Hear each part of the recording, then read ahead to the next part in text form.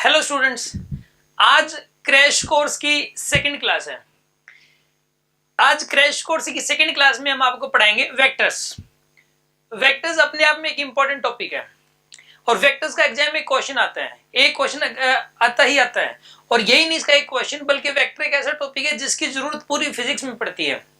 और किसी को अगर वेक्टर्स नहीं आता है तो उसको मैकेनिक्स तो आ ही नहीं सकती, क्योंकि पूरी मैकेनिक्स में वेक्टर्स की जरूरत पड़ती रहती है। ठीक है, तो जो वेक्टर्स है हम इसकी शुरुआत करते हैं। और वेक्टर्स के आज आपको 100 क्वेश्चंस मिलेंगे। वो 100 क्वेश्चंस में से मैक्सिमम आपसे सॉल्व हो जाएंगे अगर आपने आज की क्लास को सही से समझ लिया तो हम शुरू करते हैं। देखिए, वेक्टर्स में सबसे पहले तो हम डायरेक्शन के बारे में आपको बता रहे हैं। ठीक है, जैसे मान लिया जाए कि यहाँ पे ये वाली जो डायरेक्शन है इसको बोले आई कैप, इस वाली डायरेक्शन का नाम है माइनस आई कैप, इस वाली डायरेक्शन का नाम है जे कैप और इस वाली डायरेक्शन का नाम है माइनस जे कैप। ठीक है, ये वाली डायरेक्शन आई कैप, इस डायरेक्शन को आई कैप बोलते हैं, इसको माइनस आई कैप, ऊपर वाली डायरेक्शन को जे कैप और नीचे वाली डायरेक्शन को माइनस जे कैप बोलते हैं। मान लेते हैं कि अगर मैं इस मार्कर को 10 मीटर पर सेकंड की स्पीड से इस तरफ फेंक दूं तो इसकी वेलोसिटी होगी 10 आई कैप, और अगर मैं इस तरफ फेंक दूं तो इसकी वेलोसिटी हो जाएगी माइनस 10 आई कैप, और ऊपर की तरफ फेंक दूं तो इसकी वेलोसिटी हो जाएगी 10 जे कैप। ठीक है, तो कहने का मतलब ये जो आई cap minus I cap J cap minus J cap, इसी तरीके से के कैप बाहर की तरफ होता है और माइनस के कैप अंदर की तरफ होता है। ठीक है, तो ये डायरेक्शंस हैं, बेसिकली इनको यूनिट वेक्टर्स भी बोलते हैं। ठीक है, ये डायरेक्शंस हैं। अच्छा, एक वेक्टर जो होता है ना उसको रिप्रेजेंट करने का तरीका ये होता है, ये हेड होता है यहाँ पे और यहाँ पे बताइए ये टेल है। राइट, ये एक छोटी सी बात है। अच्छा, अब इसके अलावा सुनो आप, इसके अंदर जो है ना वेक्टर्स को आगे समझने के लिए सबसे इंपॉर्टेंट बात होती है इसके अंदर कंपोनेंट्स लेने आपको, कि आपको जो कंपोनेंट्स हैं वो आपको जो है ना कैसे कंपोनेंट्स लें ये आपको पता होना चाहिए किसी भी वेक्टर के। और कंपोनेंट्स आपको बहुत फास्ट लेने आने चाहिए। किसी भी वेक्टर के कंपोनेंट आप जल्दी से जल्दी ले इसको। तो इसके लिए आपको ना कुछ ट्रिग्नोमेट्रिक रेशियोज हैं वो आपको टिप्स पे याद होने चाहिए। वैसे तो लगभग सभी स्टूडेंट्स को याद होते हैं, लेकिन जब भी मैं क्रैश कोर्स लेता हूँ, जो ऑफलाइन क्लासेस होती हैं उनके अंदर कुछ स्टूडेंट्स को नहीं आता होता वो, तो इसलिए मैं ये करवा रहा हूँ आपको। देखिए आप, ये 3 एंगल्स में लिख रहा हूँ आपको, ये तीनों के तीनों एंगल्स, ये तीनों के तीनों एंगल्स आपको टिप्स पे होने चाहिए। देखिए, एक तो साइन और एक कोस। साइन 30 की वैल्यू होती है 1/2, साइन 45 होता है 1/√2 और साइन 60 होता है √3/2। इसी तरीके से कोस 30 होता है √3/2, कोस 45 होता है 1/√2 और कोस 60 होता है 1/2। ये वाली वैल्यूज आपने बहुत बार पढ़ी हैं, पिछले 2-4 सालों से पढ़ रहे होंगे आप। लेकिन कुछ स्टूडेंट्स को ये टिप्स पे फिर भी नहीं होती है। मतलब जैसे ही मतलब इसकी वैल्यू है वैसे ही, मतलब जैसे ही मैं पूछूं 30 डिग्री तुरंत आंसर आना चाहिए आपका। ठीक है ना, जब तक ऐसा नहीं होगा ना तो कंपोनेंट्स आप फास्ट नहीं ले पाओगे, और कंपोनेंट्स अगर आप फास्ट नहीं ले पाओगे तो क्वेश्चन ही को सोल्व करने में ही टाइम लग जाएगा बहुत सारा। ठीक है ना, बहुत लंबा टाइम लग जाएगा आपको, और फिर कॉन्फिडेंस बीच में टूट जाता है। कंपोनेंट्स तो मन में ही मतलब जो है आपको लेने आने चाहिए, और वो कंपोनेंट्स मन में तब ले पाओगे जब वैल्यूज तो एटलीस्ट टिप्स पे हो। पहले आपको वैल्यूज देखो कुछ इस तरीके से याद होनी चाहिए। साइन 30 को पूछे 1/2, cos 60 1/2, sign 45 1/√2, cos 45 1/√2, cos 60 1/2, cos 30 √3/2, sign 30 1/2 और साइन 60 √3/2। कुछ इस तरीके से, जैसे ही मैंने आपसे पूछा वैसे ही आपका आंसर तुरंत आ गया। ऐसा होना चाहिए। तो मैं आपको ये जो है ना अभी टाइम दे रहा हूं आपको ये याद करने के लिए। ठीक है ना, 1 मिनट का टाइम मिल रहा है आपको, और विद इन ए मिनट आप ये वाली जो वैल्यूज हैं इनको टिप्स पे याद करेंगे। लाइक ABCD, जैसे कि जी से पहले, जी के बाद क्या आता है, जी के बाद एच आएगा, हम सोचते भी नहीं ऐसा, सीधा मतलब जो है ना सीधा बोल देते ABCDEFGH, सीधा मुंह से निकलता है। तो इसी प्रकार जैसे ही आपसे पूछा जाए वैसे ही आंसर मुंह से निकलना चाहिए। ठीक है ना, कुछ इस तरीके से आपको याद करनी है। आपको 1 मिनट का टाइम दिया जा रहा है। ओके।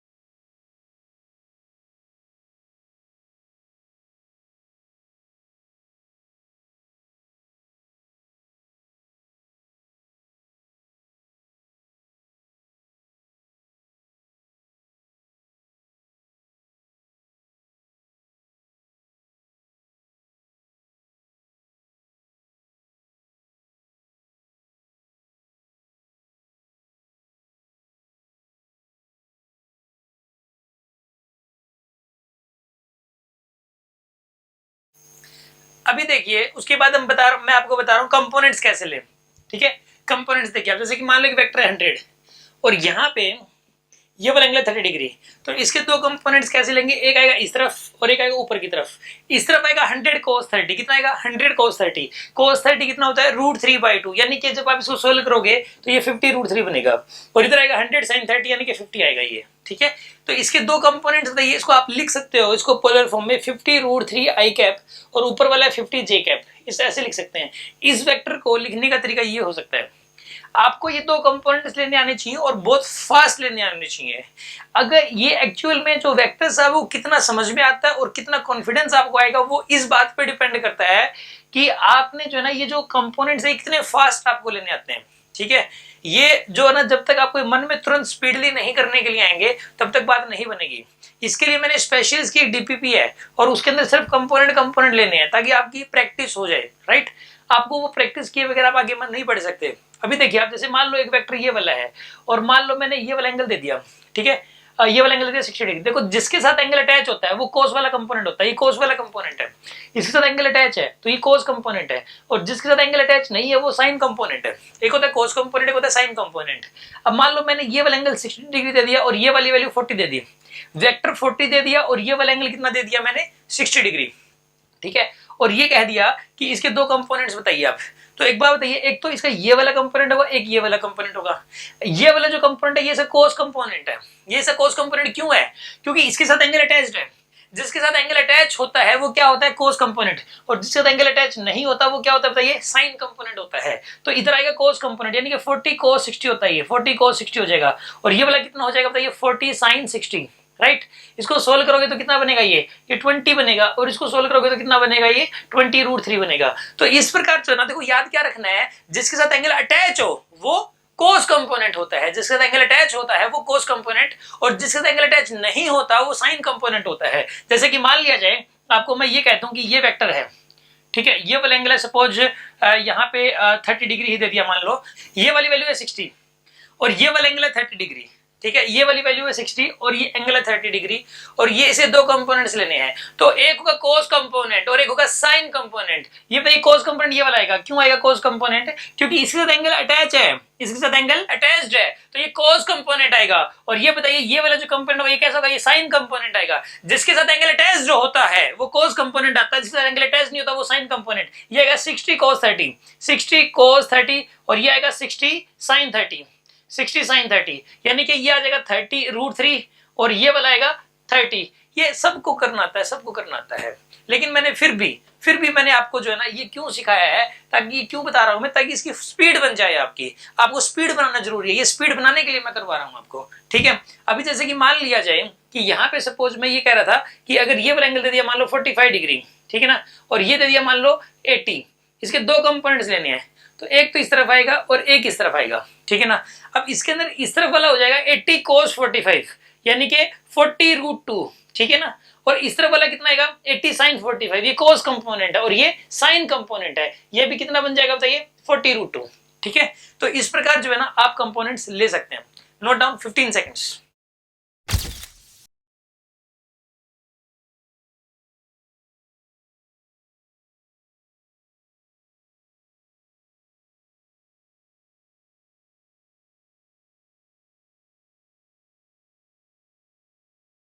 अभी मैं क्वेश्चंस करवा रहा हूं आपको एक दो। जैसे मान लो आपको ये कह दिया कि यहाँ पे एक तो ये वाला वेक्टर एक ये वाला है, सपोज ये वाला 100 है और ये वाला 60 है। ठीक है, ये वाला एंगल दे दिया आपको 30 डिग्री और ये वाला एंगल दे दिया 60 डिग्री। ठीक है, और ये कह दिया कि इनका रिजल्टेंट बताओ, दो वेक्टर्स दे दिए और इनका रिजल्टेंट बताओ। तो कैसे बताएंगे आप बताइए, इस 100 के दो कंपोनेंट्स लेंगे, एक तो ऊपर की तरफ आएगा और एक इस तरफ आएगा।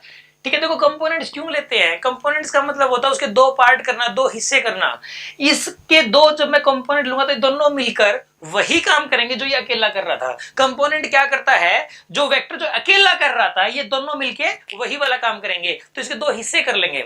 और किसके लेंगे कंपोनेंट्स, जो से टेढ़ा होता है, जैसे जो हॉरिजॉन्टल या वर्टिकल होता है उसे कंपोनेंट नहीं लेते। ठीक है ना, जो ऐसे टेढ़ा होता है उसके कंपोनेंट लेंगे। इसका ये वाला कंपोनेंट कितना आएगा 100 cos 60, 100 cos 60 आएगा। 100 cos 60 कितना होता है बताइए 100 cos 60 50। ये तुरंत ये वाली चीज ये मन में होनी चाहिए आपके। 100 sin 60 ये कितना हो जाएगा बताइए 50√3। ये तुरंत तुरंत मुंह से निकलना चाहिए आपके, ठीक है ना। अब उसके बाद आपने जैसे इसके दो कंपोनेंट्स ले लिए हैं, तो आप करेंगे क्या कि यहाँ पे इसको हटा देंगे, ठीक है ना, क्योंकि आपने इसके दो कंपोनेंट्स ले लिए हैं, राइट। अब उसके बाद अब ये जो 60 है इसके दो कंपोनेंट्स लेंगे, इसके दो कंपोनेंट्स लेंगे, तो इसके अंदर जो है यहाँ पे ये वाला मैं लगे रहने देता हूँ 100 और ये वाला एंगल 60 डिग्री। हालांकि यहाँ पे नहीं लेते कंपोनेंट्स, हम अलग से बना लेते हैं इस डायग्राम को, ठीक है ना। इस डायग्राम को अलग से बनाते हैं हम लोग, ताकि वो रब भी किया जाए उसके बाद में। ये तो एक ओरिजिनल क्वेश्चन है, इसको एज इट इज रखते हैं हम। ये 100 है जैसे, और ये वाला एंगल था 60 डिग्री, और एक यहाँ था, ये वाली वैल्यू थी 60 और ये वाला एंगल था 30 डिग्री, ठीक है। मैंने पहले तो इसको एज इट इज बना लिया। अब इसके दो कंपोनेंट्स ले लो आप, एक इस तरफ और एक इस तरफ। ये वाला कंपोनेंट आएगा 50 और ये वाला कितना आएगा बताइए, 50√3 आएगा ये वाला कंपोनेंट। अब आप इसको हटा दीजिए, ठीक है। अब आपको लेने इसके दो कंपोनेंट्स, ठीक है। इसका एक कंपोनेंट आएगा इस तरफ और एक कंपोनेंट आएगा ऊपर की तरफ। ये वाला आएगा 60 cos 30, 60 cos 30 कितना होता है बताइए, 30√3, और इधर आएगा 60 sin 30, 60 sin 30 बताइए कितना होता है, 30 होता है, ठीक है।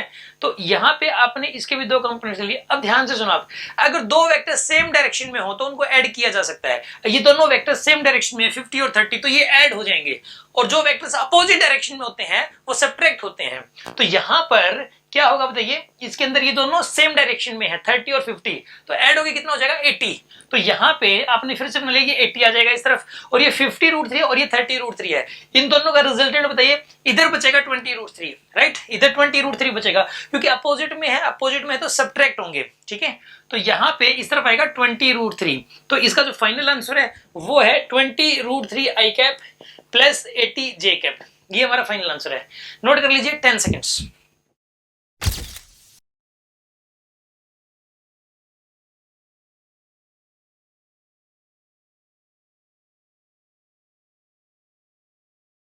अभी मैं आपको एक क्वेश्चन दे रहा हूं करने के लिए, और इसको करने के लिए आपको 1 मिनट मिलेगा। देखते कितने स्टूडेंट्स कर पाएंगे, ठीक है। देखिए आप यहाँ पे जो है ना, ये स्पोर्टिंग लाइन है, एक वेक्टर तो इस तरफ है, ठीक है, एक इस तरफ है, एक इस तरफ है, एक नीचे की तरफ है, एक ऐसे वेक्टर, एक ऐसे है, और एक ऐसे है, और एक ऐसे है। ये वाला जो वेक्टर ये 100, ठीक है, और ये वाला एंगल है 30 डिग्री, ठीक। ये वाला एंगल भी 30 डिग्री है, और यहाँ पर जो है ना, इसके अंदर ये वाली वैल्यू है 40 सपोज, ओके।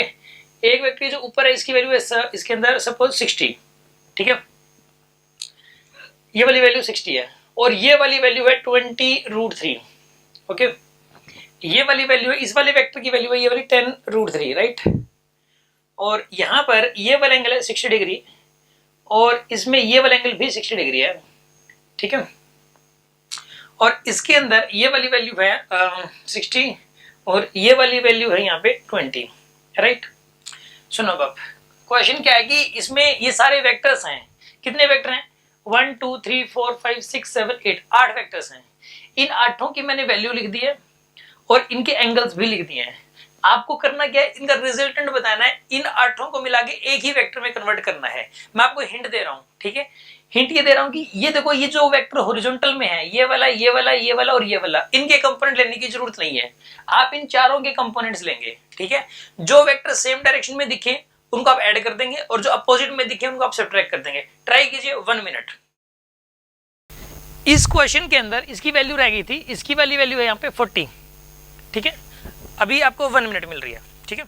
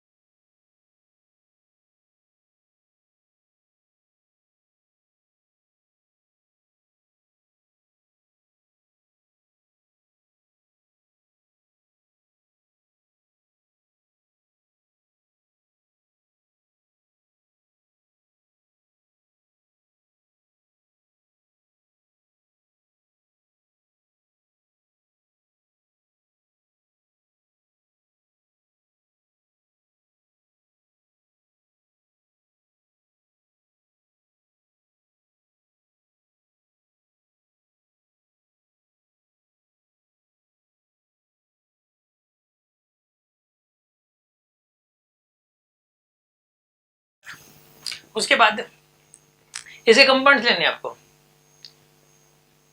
देखिए आप इसके अंदर जो है ना, ये वाला जो 20√3 है, आपने इसको एच बना लिया 20√3। ये वाला 10√3 है, आपने इसको यहां बना दिया 10√3। ठीक है, ऊपर है 60, इसको आपने एच बना दिया 60। नीचे की तरफ 40, इसको आपने एच बना दिया 40। ठीक है, अब इसके अंदर जो है, इसके अंदर ये 40 बना दिया, ये आपने चारों के चारों मतलब जो है, ये तो इनके तो कंपोनेंट ही नहीं लेने थे आपको। इस 100 के कंपोनेंट लोगे, इसका 100 का कंपोनेंट इस तरफ आएगा, कितना आएगा 100 का कंपोनेंट कितना आएगा 100 cos 30। 100 cos 30 कितना होता है ये 50√3। और इस तरफ वाला कंपोनेंट कितना आएगा इसका 50। राइट, आपने इसके दो कंपोनेंट्स ले लिया, अब इसको काट दो। ठीक है ना, अब सुनो आप, इस 40 के दो कंपोनेंट्स लेने हैं, इधर आएगा 40 cos 30, इधर आएगा 40 sin 30, इधर आएगा 40 cos 30। 40 cos 30 कितना होता है ये 20√3, और इस तरफ कितना आएगा 40 sin 30 यानी कि 20। ठीक है, आपने इसको भी काट दिया। अब सुनो आप, इस 20 के दो कंपोनेंट ले लो आप, इस 20 का इधर आएगा 20 cos 60, 20 cos 60 कितना होता है ये 10, और इधर कितना आएगा 20 sin 60, 20 sin 60 कितना होता है ये 10√3। आपने इसके भी दो कंपोनेंट्स ले लिए। अब आपने इस 60 के दो कंपोनेंट लेने हैं, 60 cos 60, 60 cos 60 कितना होता है ये 30, और इधर आएगा 60 sin 60 यानी कि 30√3 आएगा इस तरफ। पहले तो आपको कंपोनेंट्स लेने हैं। राइट, आपने कंपोनेंट्स ले लिए ना, अब करना क्या है, देखिए आप, ये अपोजिट में है ना दोनों, तो यहाँ पे ऐसा करिए आप 40 और 10, ये कितना हो गया 50, और एक ऊपर 50 है, ये कैंसिल हो जाएंगे इसके साथ, 40 और 10 50, इस 50 के साथ कैंसिल। अब देखिए ऊपर बचा इसके अंदर ये 80 है और नीचे 30 है, ऊपर 80 है ये मिला के और नीचे 30 है, तो ऊपर कितना बचा बताइए 50 बचा ना, ऊपर ऊपर बचा 50। राइट, अच्छा इधर बताइए, इधर करना है 20√3 से 20√3 गया। ठीक है, इधर तो बनेगा ये 80√3, इधर बनेगा 20√3, तो इधर कितना आएगा बताइए ये वाला 60√3। तो इसका आंसर आएगा 60√3 आई कैप प्लस 50 जे कैप। नोट कर लीजिए 15 सेकेंड्स।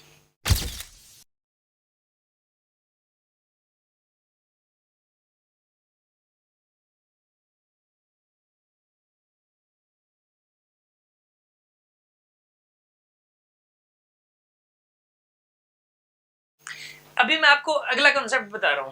देखो मान लो कि यहाँ पे जो है ये दो वेक्टर्स हैं, ये ए है इसकी वैल्यू 10 है, और सपोज ये बी है इसकी वैल्यू भी 10 है। ठीक है, इस केस में इनका रिजल्टेंट इधर होगा, ये दो वेक्टर्स हैं, इन दोनों के बीच का एंगल 90 डिग्री है। ये ए है इसकी वैल्यू 10 और ये बी है इसकी वैल्यू 10। ठीक है, और इनके बीच का एंगल कितना था 90, और ये क्या है, ये इन दोनों का रिजल्टेंट है, ये इन दोनों का रिजल्टेंट है। इस केस में इन दोनों की वैल्यू बराबर है ना, तो इसका मतलब ये हुआ कि ये रिजल्टेंट बीचों बीच जाएगा, ये रिजल्टेंट बीचों बीच जाएगा। यहाँ पे ये वाला एंगल सपोज θ1 और ये वाला एंगल सपोज θ2, ये वाला एंगल θ1 या θ2, इसमें दोनों बराबर होंगे, θ1 इक्वल टू θ2। क्यों? क्योंकि इसमें a इक्वल टू b है। याद रखिए कि अगर दो वेक्टर्स मैग्नीट्यूड वाइज बराबर हो, दो वेक्टर्स मैग्नीट्यूड वाइज बराबर हो, तो जो रिजल्टेंट होगा, रिजल्टेंट वो बीचों बीच जाएगा, रिजल्टेंट बीचों बीच जाएगा, यानी कि ये वाले दोनों एंगल्स इक्वल हो जाएंगे। ठीक है ना। अच्छा अगर मान लो मैं ये कह दूं आपको कि अगर ये सपोज 10 है, a की वैल्यू 10 और b की वैल्यू सपोज 20 है, इस केस में रिजल्टेंट इस तरफ आ गया। ठीक है, ये वाला एंगल θ1, ये वाला एंगल θ2, इस केस में θ2 छोटा हो जाएगा, θ1 बड़ा होगा, इसका झुकाव इस तरफ हो जाएगा, जो बड़ा वेक्टर है बड़ा वाला उसकी तरफ झुकाव हो जाएगा। सोचने वाली बात है कि अगर एक बॉक्स रख दिया जाए, सपोज एक बॉक्स रख दिया जाए, मान लीजिए कि एक बॉक्स है ये वाला, इसके ऊपर दो फोर्स लगे। ठीक है, एक तो लगे इस तरफ और एक लगे इस तरफ। ठीक है, तो ये बीचों बीच जाएगा, ऐसे बीच में जाएगा ये। लेकिन अगर ये वाला बड़ा हो और ये वाला छोटा हो, तो ये इधर बीचों बीच जाने के थोड़ा इधर चला जाएगा, ये इसकी तरफ चला जाएगा। मतलब कहने का यहाँ पर ये है कि ये अगर बड़ा है तो झुकाव इस तरफ होगा, तो θ2 छोटा हो जाएगा, θ1 बड़ा हो जाएगा। ठीक है ना, इस केस में तो θ1 इक्वल टू θ2 होगा, और इस केस में जो θ1 है वो बड़ा हो जाएगा θ2 से। ठीक है, और अगर मान लो आपको जो है ये कह दिया जाए कि ये a है, a की वैल्यू सपोज 20 है और b की वैल्यू सपोज 10 है यहाँ पे। ठीक है ना, अब क्या होगा बताइए, ये रिजल्टेंट जो होगा ना वो किस तरफ जाएगा, उसका झुकाव इस तरफ हो जाएगा। रिजल्टेंट का झुकाव, दो वेक्टर्स हैं, अगर आप उनका रिजल्टेंट ले रहे हो तो अगर उसका जो झुकाव होगा रिजल्टेंट वो किस तरफ होगा, जो बड़े वाला है उसकी तरफ होगा। तो यहाँ पर ये वाला एंगल θ1, ये वाला एंगल θ2, तो इस केस में θ1 क्या हो जाएगा, छोटा, और θ2 बड़ा हो जाएगा, यानी कि θ1 लेस देन θ2 हो जाएगा इस केस के अंदर। ठीक है ना, नोट कर लीजिए 15 सेकेंड्स।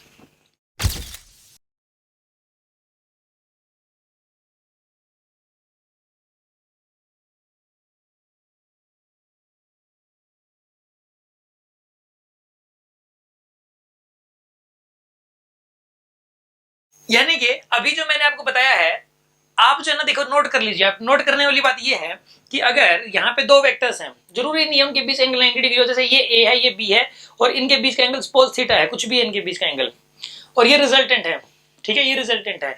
ए और बी का रिजल्टेंट ये वाला है।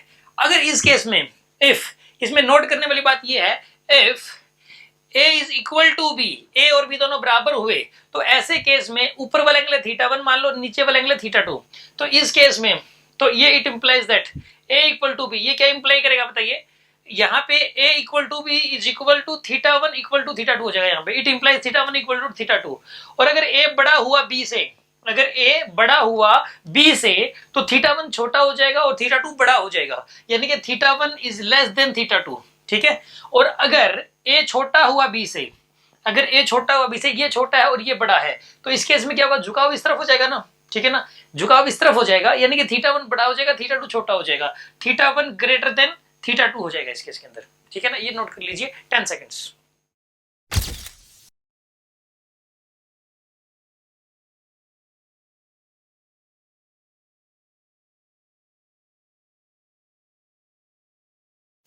अभी उसके बाद मैं आपको एक नया कॉन्सेप्ट बता रहा हूं, ठीक है ना।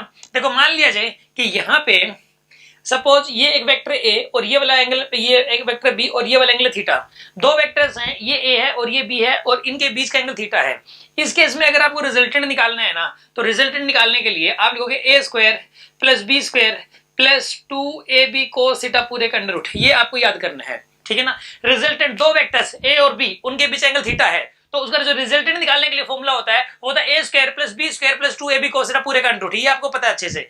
अभी देखिए आप, अगर मान लो आपको ये कह दिया जाए कि यहाँ पे जो है ना, इसके अंदर ये वाला एंगल है 60 डिग्री, ठीक है, और ये एंगल है यहाँ पे, ये वाली वैल्यू 30, ये वाली वैल्यू भी 30 है, ये वेक्टर 30 है, ये 30 है, और इनके बीच एंगल कितना है यहाँ पे 60 डिग्री। अगर इसके इसके अंदर में रिजल्टेंट निकालना है इन दोनों का, तो यही वाला फॉर्मूला अप्लाई करोगे।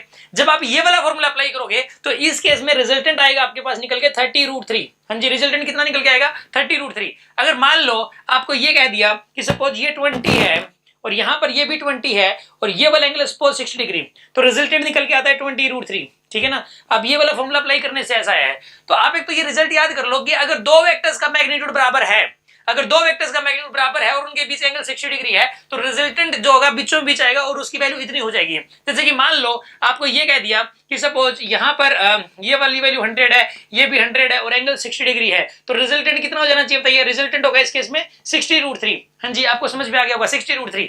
अगर यहां पर एंगल 90 डिग्री हो, सपोज ये 10 है और ये 10 है और एंगल कितना है यहाँ पर 90 डिग्री, और इस केस में कोई ये कह देगा रिजल्टेंट कितना आएगा, तो अगर आप इसी फॉर्मूले से सोल्व करेंगे तो ये निकल के आता है 10√2।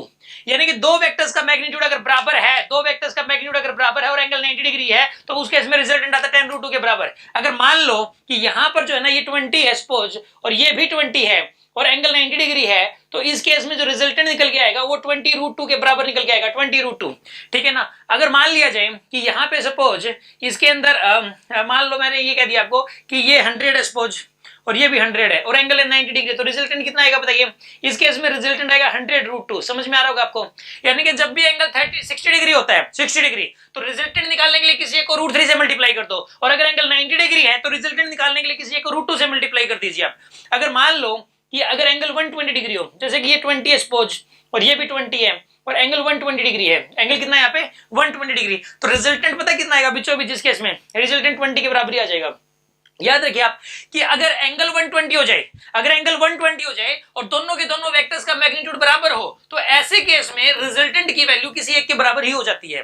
जैसे कि मान लो कि यहाँ पे सपोज ये 60 है और यहाँ पर ये भी मान लीजिए 60 है और एंगल कितना है यहाँ पे 120 डिग्री, तो इस केस में रिजल्टेंट कितना आता है, इस केस में रिजल्टेंट 60 के बराबर ही आता है। समझ में आ रहा है ना आपको। तो ये आप नोट कर लीजिए, नोट करने के लिए 20 सेकेंड्स।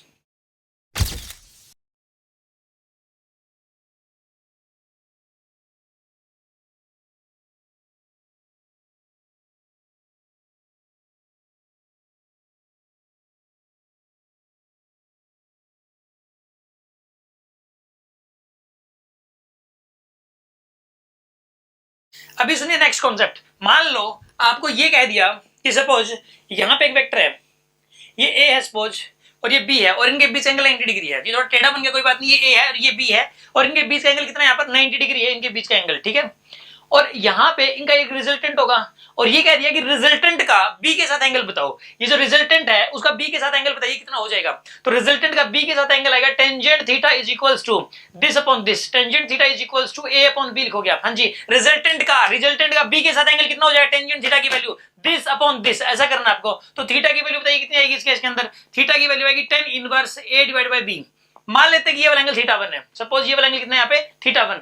अगर ये वाला एंगल थीटा 2 है, सपोज ये वाला एंगल अगर थीटा 2 है और हमें ये कह दिया जाए कि थीटा 2 की वैल्यू बताइए, आप थीटा 2 की वैल्यू बताइए, तो कैसे करोगे आप, बताइए थीटा 2 की वैल्यू। थीटा 2 की वैल्यू निकालने के लिए आप ऐसा करना, आपको tangent theta 2 is equals to, हाँ जी, tangent theta 2 is equal to this upon this करोगे आप। जिसके साथ एंगल अटैच है वो वाला नीचे आएगा और ये वाला ऊपर आएगा, यानी कि tangent theta 2 is equals to b by a। तो थीटा 2 की वैल्यू बताइए कितनी आएगी यहाँ पे, tan inverse b by a आएगा आपके पास। टेंजेंट थीटा 2 की वैल्यू हो जाएगी tan inverse b by a। ठीक है, ये आपको जो है ना दिमाग में सेट करके रखना है। सपोज मैं आपको ये कह दूं कि यहाँ पे जो है ना ये सपोज 20 है, ये सपोज 40 है, और यहां पर ये रिजल्टेंट है, ठीक है, और ये वाला एंगल थीटा 1 है। थीटा 1 की वैल्यू बताइए आप, तो थीटा 1 की वैल्यू बताइए कैसे करोगे आप, tangent theta 1 is equals to this upon this, यानी कि 20 बाय 40, यानी कि 1/2 बनेगा ये। और थीटा 1 की वैल्यू कितनी बन जाएगी बताइए, यहाँ पे tan इनवर्स 1/2 बन जाएगी, tan इनवर्स 1/2। ठीक है, और अगर कोई ये कहते कि ये वाला एंगल थीटा 2 है और ये वाला एंगल बताइए आप कितना हो जाएगा, तो क्या करोगे बताइए आप, tangent theta 2 is equal to, tangent theta 2 is equals to this upon this करोगे आप, यानी कि 40 अपॉन में 20 करोगे, यानी कि 2 निकल के आएगा आपके पास। तो यहां से बताइए थीटा 2 की वैल्यू कितनी निकल के आएगी, tan इनवर्स 2, tan इनवर्स 2 आ जाएगी आपके पास थीटा 2 की वैल्यू। तो आप समझ गए, लेकिन ये चीज तभी वैलिड है जब दोनों ए और बी के बीच का एंगल 90 डिग्री था। ठीक है ना, अगर दो वेक्टर्स हैं चाहे दोनों अलग अलग ही क्यों ना हो, अगर उनके बीच एंगल 90 डिग्री है और ये बताना है कि उन दोनों का जो रिजल्टेंट है उसका रिजल्टेंट का किसी एक के साथ कितना एंगल बनेगा, तो उसके लिए ये मैंने आपको टेक्निक बताई है। ठीक है ना, नोट कर लीजिए 15 सेकंड्स।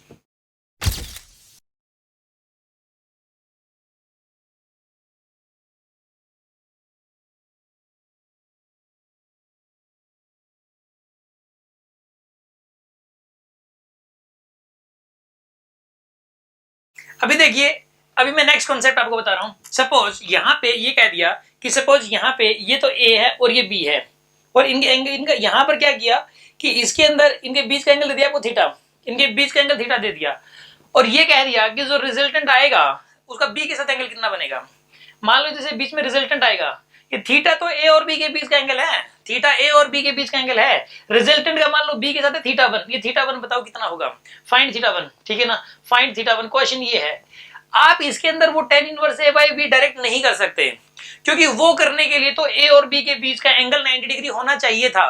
ठीक है ना, मैंने अभी जो इससे जस्ट पहले जो पढ़ाया था उसमें ए और बी के बीच का एंगल 90 डिग्री था, अभी इनके बीच का एंगल 90 डिग्री नहीं है, कोई जनरल एंगल है। तो इस केस में क्या करें हम, इस केस में हम ये थीटा 1 कैसे निकालें, इसके लिए आप क्या करो, इनके बीच एंगल 90 डिग्री बना लो। अगर ए और बी के बीच एंगल 90 नहीं है तो आप 90 डिग्री बना लीजिए। कैसे बनाएंगे आप ऐसा करो, आप इसके अंदर ये जो बी है इसका जीटीज लिख दो पहले तो, और इसको यहाँ पे ए के दो कंपोनेंट्स ले लीजिए आप। हाँ जी, क्या करेंगे आप, ए के दो कंपोनेंट्स लेंगे इसके अंदर, यहाँ पे ए के दो कंपोनेंट्स ले लीजिए, एक तो इधर आएगा ए कोस थीटा, हाँ जी, इस तरफ क्या आएगा इसका कंपोनेंट ए कोस थीटा, और ऊपर वाला कंपोनेंट क्या आएगा बताइए इसका ऊपर वाला कंपोनेंट आएगा ए साइन थीटा। ओके, इस ए के दो कंपोनेंट्स ले लिया आपने, इस तरफ क्या आएगा ए cos थीटा, ऊपर वाला क्या आएगा बताइए ए sin थीटा। अब आपने क्या किया कि ये तो दोनों सेम डायरेक्शन में है, हाँ जी, ये दोनों किसमें सेम डायरेक्शन में, तो इन दोनों को आप ऐड ही कर दोगे आप इसके अंदर, इन दोनों को ऐड कर दो, ए cos थीटा प्लस बी करोगे, और ऊपर वाला क्या बताइए इसके अंदर ए sin थीटा ऊपर की तरफ। ठीक है, अब ये देखिए इन दोनों के बीच का एंगल कितना है, यहाँ पर 90 डिग्री है इन दोनों के बीच का एंगल। अब यहाँ पे क्या है, ये रिजल्टेंट है, this is the resultant here, और ये वाला एंगल मान लो ये थीटा 1, ये निकालना था ना अभी अपने को, यहाँ पे इसका एंगल थीटा 1 अपने को निकालना है। तो बताइए कैसे लिखोगे आप, यहाँ पे tangent theta 1 is equals to this upon this, यानी कि a cos a sin theta, a sin theta, a sin theta, यहाँ पे आप लिखेंगे a sin theta divided by में a cos theta plus b, a cos theta plus b, हाँ जी, और इसमें थीटा 1 की वैल्यू निकालने के लिए टेन को इधर ले जाओ, theta 1 is equals to tan inverse a sin theta divided by में a cos theta plus b, ये हमारा फाइनल आंसर है। हाँ जी, आपको बात समझ में आ गई होगी आपको। ठीक है ना, करना क्या है कि अगर दो वेक्टर्स परपेंडिकुलर नहीं है तो पहले परपेंडिकुलर बना लेंगे, फिर उसके बाद निकाल लेंगे एंगल। ठीक है ना, इसको नोट कर लीजिए 15 सेकंड्स।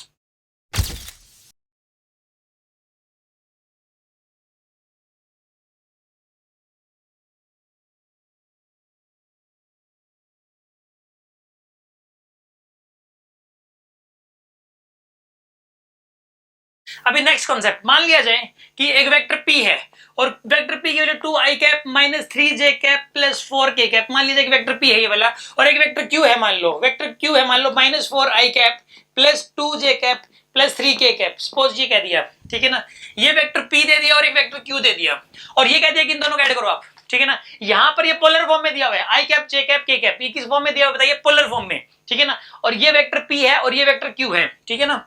इसके अंदर कोई ये कहते हैं कि vector p plus vector q की वैल्यू बताइए आप, vector p plus vector q, तो करना है आई कैप को आई कैप में जोड़ना है, जे कैप को जे कैप में और के कैप को के कैप में जोड़ना है। आप इनको जोड़िए, आप कितना हो जाएगा ये माइनस 2i कैप, इन दोनों को जोड़िए कितना हो जाएगा ये माइनस जे कैप, और इन दोनों को जोड़िए कितना हो जाएगा यहाँ पर ये प्लस का 7k कैप, हाँ जी ये आ जाएगा आपके पास, ठीक है। और अगर कोई ये कहते कि p माइनस क्यू बताइए आप, p माइनस क्यू की वैल्यू कितनी हो जाएगी, तो p माइनस क्यू की वैल्यू अगर पूछ लिया तो यानी कि q के साथ माइनस साइन लगा हुआ है ना, q के साथ माइनस साइन लगा हुआ है, तो आप क्या करेंगे q के साइन बदल देंगे और q के साइन बदल के फिर आप ऐड करोगे, आंसर आ जाएगा आपके पास, ठीक है ना। इसके साइन बदलिए, माइनस का प्लस, प्लस का माइनस, यहाँ प्लस का माइनस, अब ऐड कर दीजिए 4 और 2 कितना हो जाएगा यहाँ पे 6i कैप, और यहाँ -3 और -2 कितना हो जाएगा बताइए -5j कैप, और ये प्लस का 4 और माइनस का 3 कितना हो जाएगा बताइए यहाँ पे प्लस का k कैप। तो इस प्रकार यहाँ पे p माइनस क्यू इसकी वैल्यू निकल के आ जाएगी, ठीक है, नोट कर लीजिए 15 सेकेंड्स।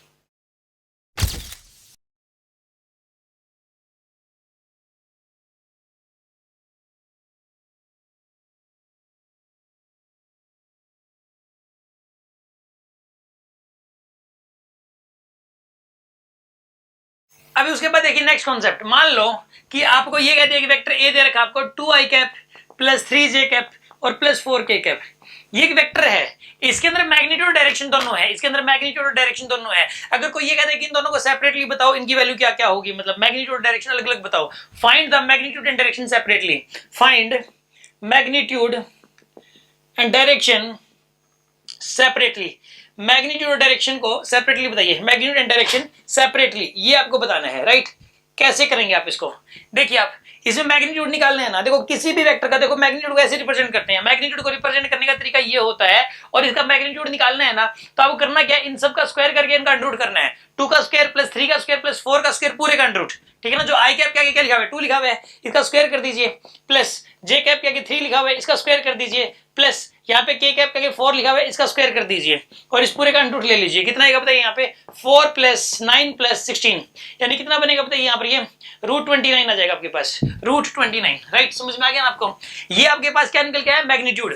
अब हमें निकालनी डायरेक्शन, देखो अगर डायरेक्शन निकालनी है ना किसी भी वेक्टर की, जैसे इसकी डायरेक्शन निकालनी है आपको ए कैप मतलब वेक्टर ए की डायरेक्शन आप निकाल रहे हो, ए कैप मतलब वेक्टर ए की डायरेक्शन निकाल रहे हो, इसके निकालने का तरीका होगा वेक्टर ए डिवाइड बाय इसका magnitude, vector A divide by इसका मैग्नीट्यूड, ऊपर तो वेक्टर लिखोगे नीचे मैग्नीट्यूड लिखोगे, क्योंकि देखो इसमें तो मैग्नीट्यूड और डायरेक्शन दोनों है, हाँ जी इस वेक्टर ए में क्या है मैग्नीट्यूड और डायरेक्शन दोनों के दोनों है, और इसमें क्या है सिर्फ मैग्नीट्यूड है, इसके अंदर सिर्फ मैग्नीट्यूड है, तो आप क्या करोगे मैग्नीट्यूड से मैग्नीट्यूड कैंसिल, तो सिर्फ डायरेक्शन नहीं बच जाएगी इसके अंदर, सिर्फ डायरेक्शन बच जाएगी। तो अब एक बात बताइए वेक्टर ए की वैल्यू कितनी यहाँ पे, vector A 2i cap plus 3j cap plus 4k cap ये आएगा आपके पास, और वेक्टर ए का मैग्नीट्यूड यानी कितना है यहाँ पर ये √29, ये आपके पास ए कैप निकल के आ गया।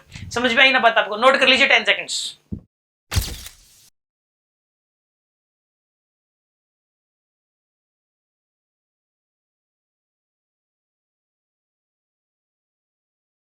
अभी मैं एक सिमिलर क्वेश्चन और करवा रहा हूं, मान लिया जाए कि एक वेक्टर p दे दिया आपको, वेक्टर p दे दिया suppose -4i minus I cap suppose plus 2j cap और -3k कैप, और इस केस के अंदर ये कह दिया कि इसका मैग्नीट्यूड और डायरेक्शन सेपरेटली बताइए आप, ठीक है ना।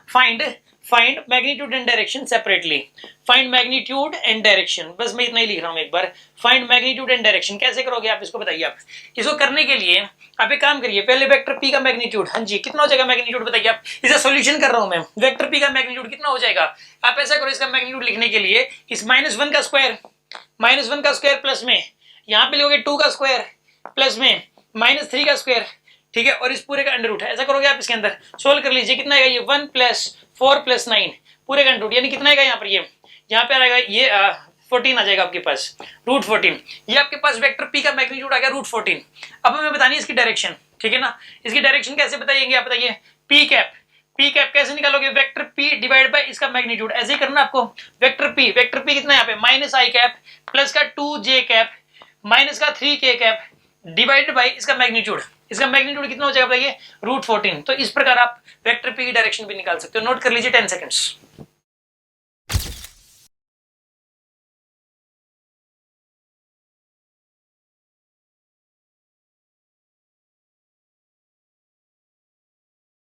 देखिए अब इसके बाद मैं आपको एक कॉन्सेप्ट और बता रहा हूं। मान लेते हैं कि एक बॉक्स है, ठीक है, इस बॉक्स पे आपने एक फोर्स लगाया ए की वैल्यू 10 और बी का फोर्स लगाया वो भी 10, इस तरफ लगाया, दोनों सेम डायरेक्शन में थे, दोनों फोर्सेस सेम डायरेक्शन में लगे इस बॉक्स के ऊपर 10 न्यूटन और 10 न्यूटन, दो फोर्सेस लगे। एक बात बताइए, इस केस के अंदर रिजल्टेंट कितना आएगा? 20 आएगा, इससे ज्यादा आ भी नहीं सकता।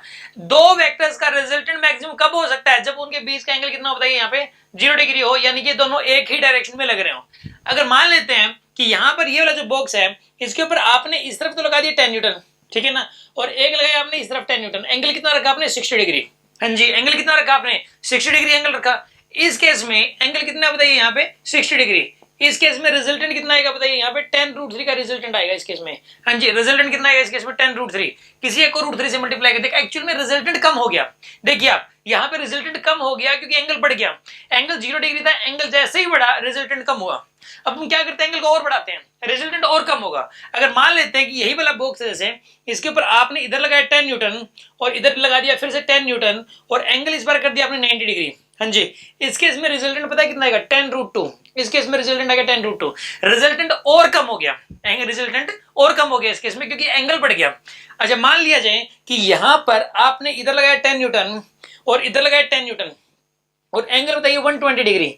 इस केस में एंगल और ज्यादा बढ़ गया, एंगल और ज्यादा बढ़ गया तो रिजल्टेंट की वैल्यू और कम हो जाएगी 10 के बराबर। अगर मान लेते हैं कि यहां पर ये वाला जो बॉक्स है इस तरफ लगा दिया आपने 10 न्यूटन और इस तरफ भी 10 न्यूटन लगा दिया, यानी एंगल कितना है इस केस में? 180 डिग्री, एक दूसरे के अपोजिट है। इस केस में रिजल्टेंट क्या हो जाएगा बताइए? 0।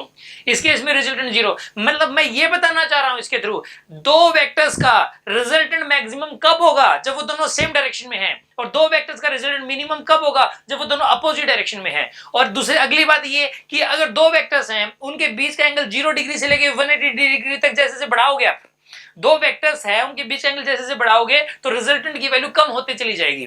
यानी कि दो वेक्टर्स का रिजल्टेंट क्या आएगा वो इस बात पे भी डिपेंड करता है कि उनके बीच का एंगल क्या है। वो एंगल जितना कम है उतना ही रिजल्टेंट ज्यादा आएगा और वो एंगल जितना ज्यादा है रिजल्टेंट उतना ही कम आएगा। और 0 डिग्री के केस में रिजल्टेंट मैक्सिमम आता है और 180 डिग्री के केस में वो रिजल्टेंट मिनिमम आता है। नोट कर लीजिए 20 सेकेंड्स।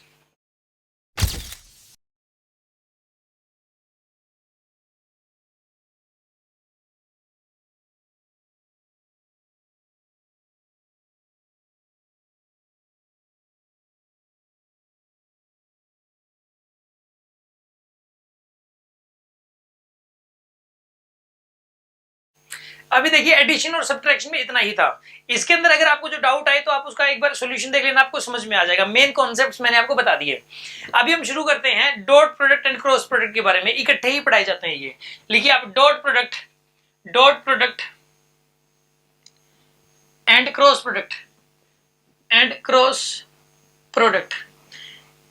एक्चुअल में जो ये वाली प्रोडक्ट है ना, इसको हम लोग स्केलर प्रोडक्ट भी बोलते हैं। This is also called scalar product, इसको स्केलर प्रोडक्ट भी बोला जाता है। और इसका नाम बताइए क्या है? इसका नाम है वेक्टर प्रोडक्ट, इसको वेक्टर प्रोडक्ट भी बोला जाता है। This is also called vector product. क्यों?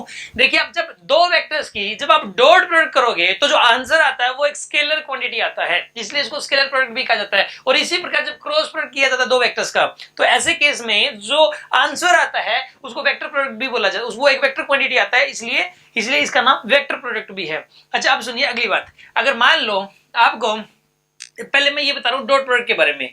मान लो आपको ना दो वेक्टर्स दे दिए, एक तो ये ए दे दिया इसकी वैल्यू 10 है और एक बी दे दिया इसकी वैल्यू 20 है मान लो, और ये वाला एंगल थीटा दे दिया इसकी वैल्यू 60 डिग्री है, ये वाला एंगल, ठीक है ना। अगर कोई ये कहता है कि ए डॉट बी बताओ, यानी कि डॉट प्रोडक्ट बताओ, a dot b, dot product को रिप्रेजेंट करने का तरीका होता है ए डॉट बी, ठीक है ना। डॉट प्रोडक्ट रिप्रेजेंट करने का तरीका ए डॉट बी, तो हम इसको लिखते हैं ए बी cos थीटा। याद रखिए आप ए डॉट बी को लिखा जा सकता है ए बी cos थीटा, ठीक है ना। ए क्या दीजिए यहाँ पर, ये वेक्टर का मैग्नीट्यूड है कितना, ए का मैग्नीट्यूड 10 और बी का मैग्नीट्यूड कितना है 20 और एंगल कितना है इनके बीच का 60 डिग्री, तो cos 60 कितना होता है बताइए 1/2। जब आप इसको सोल्व करोगे तो ये आपके पास आएगा 100, ये आपके पास आंसर आ गया। याद रखिए दो वेक्टर्स की डॉट प्रोडक्ट करने के लिए उन दोनों वेक्टर्स का मैग्नीट्यूड चाहिए, और उनके बीच का एंगल भी चाहिए, तो हम उनकी डॉट प्रोडक्ट कर सकते हैं। जैसे कि मान लो आपको यहाँ पे ये बोलता है कि बी डॉट ए बताओ, हाँ जी क्या बताओ, बी डॉट ए। तो बताइए बी डॉट ए बताने के लिए क्या करोगे आप, क्या लिखोगे इसको, बी ए cos थीटा। हाँ जी, बी डॉट ए बताने के लिए क्या लिखोगे आप इसको, बी ए cos थीटा, और यहाँ पे लिखोगे बी का मैग्नीट्यूड 20 है और ए का मैग्नीट्यूड 10 है, इंटू में cos 60 1/2 होता है, सोल्व करोगे तो 100 बनेगा ये भी।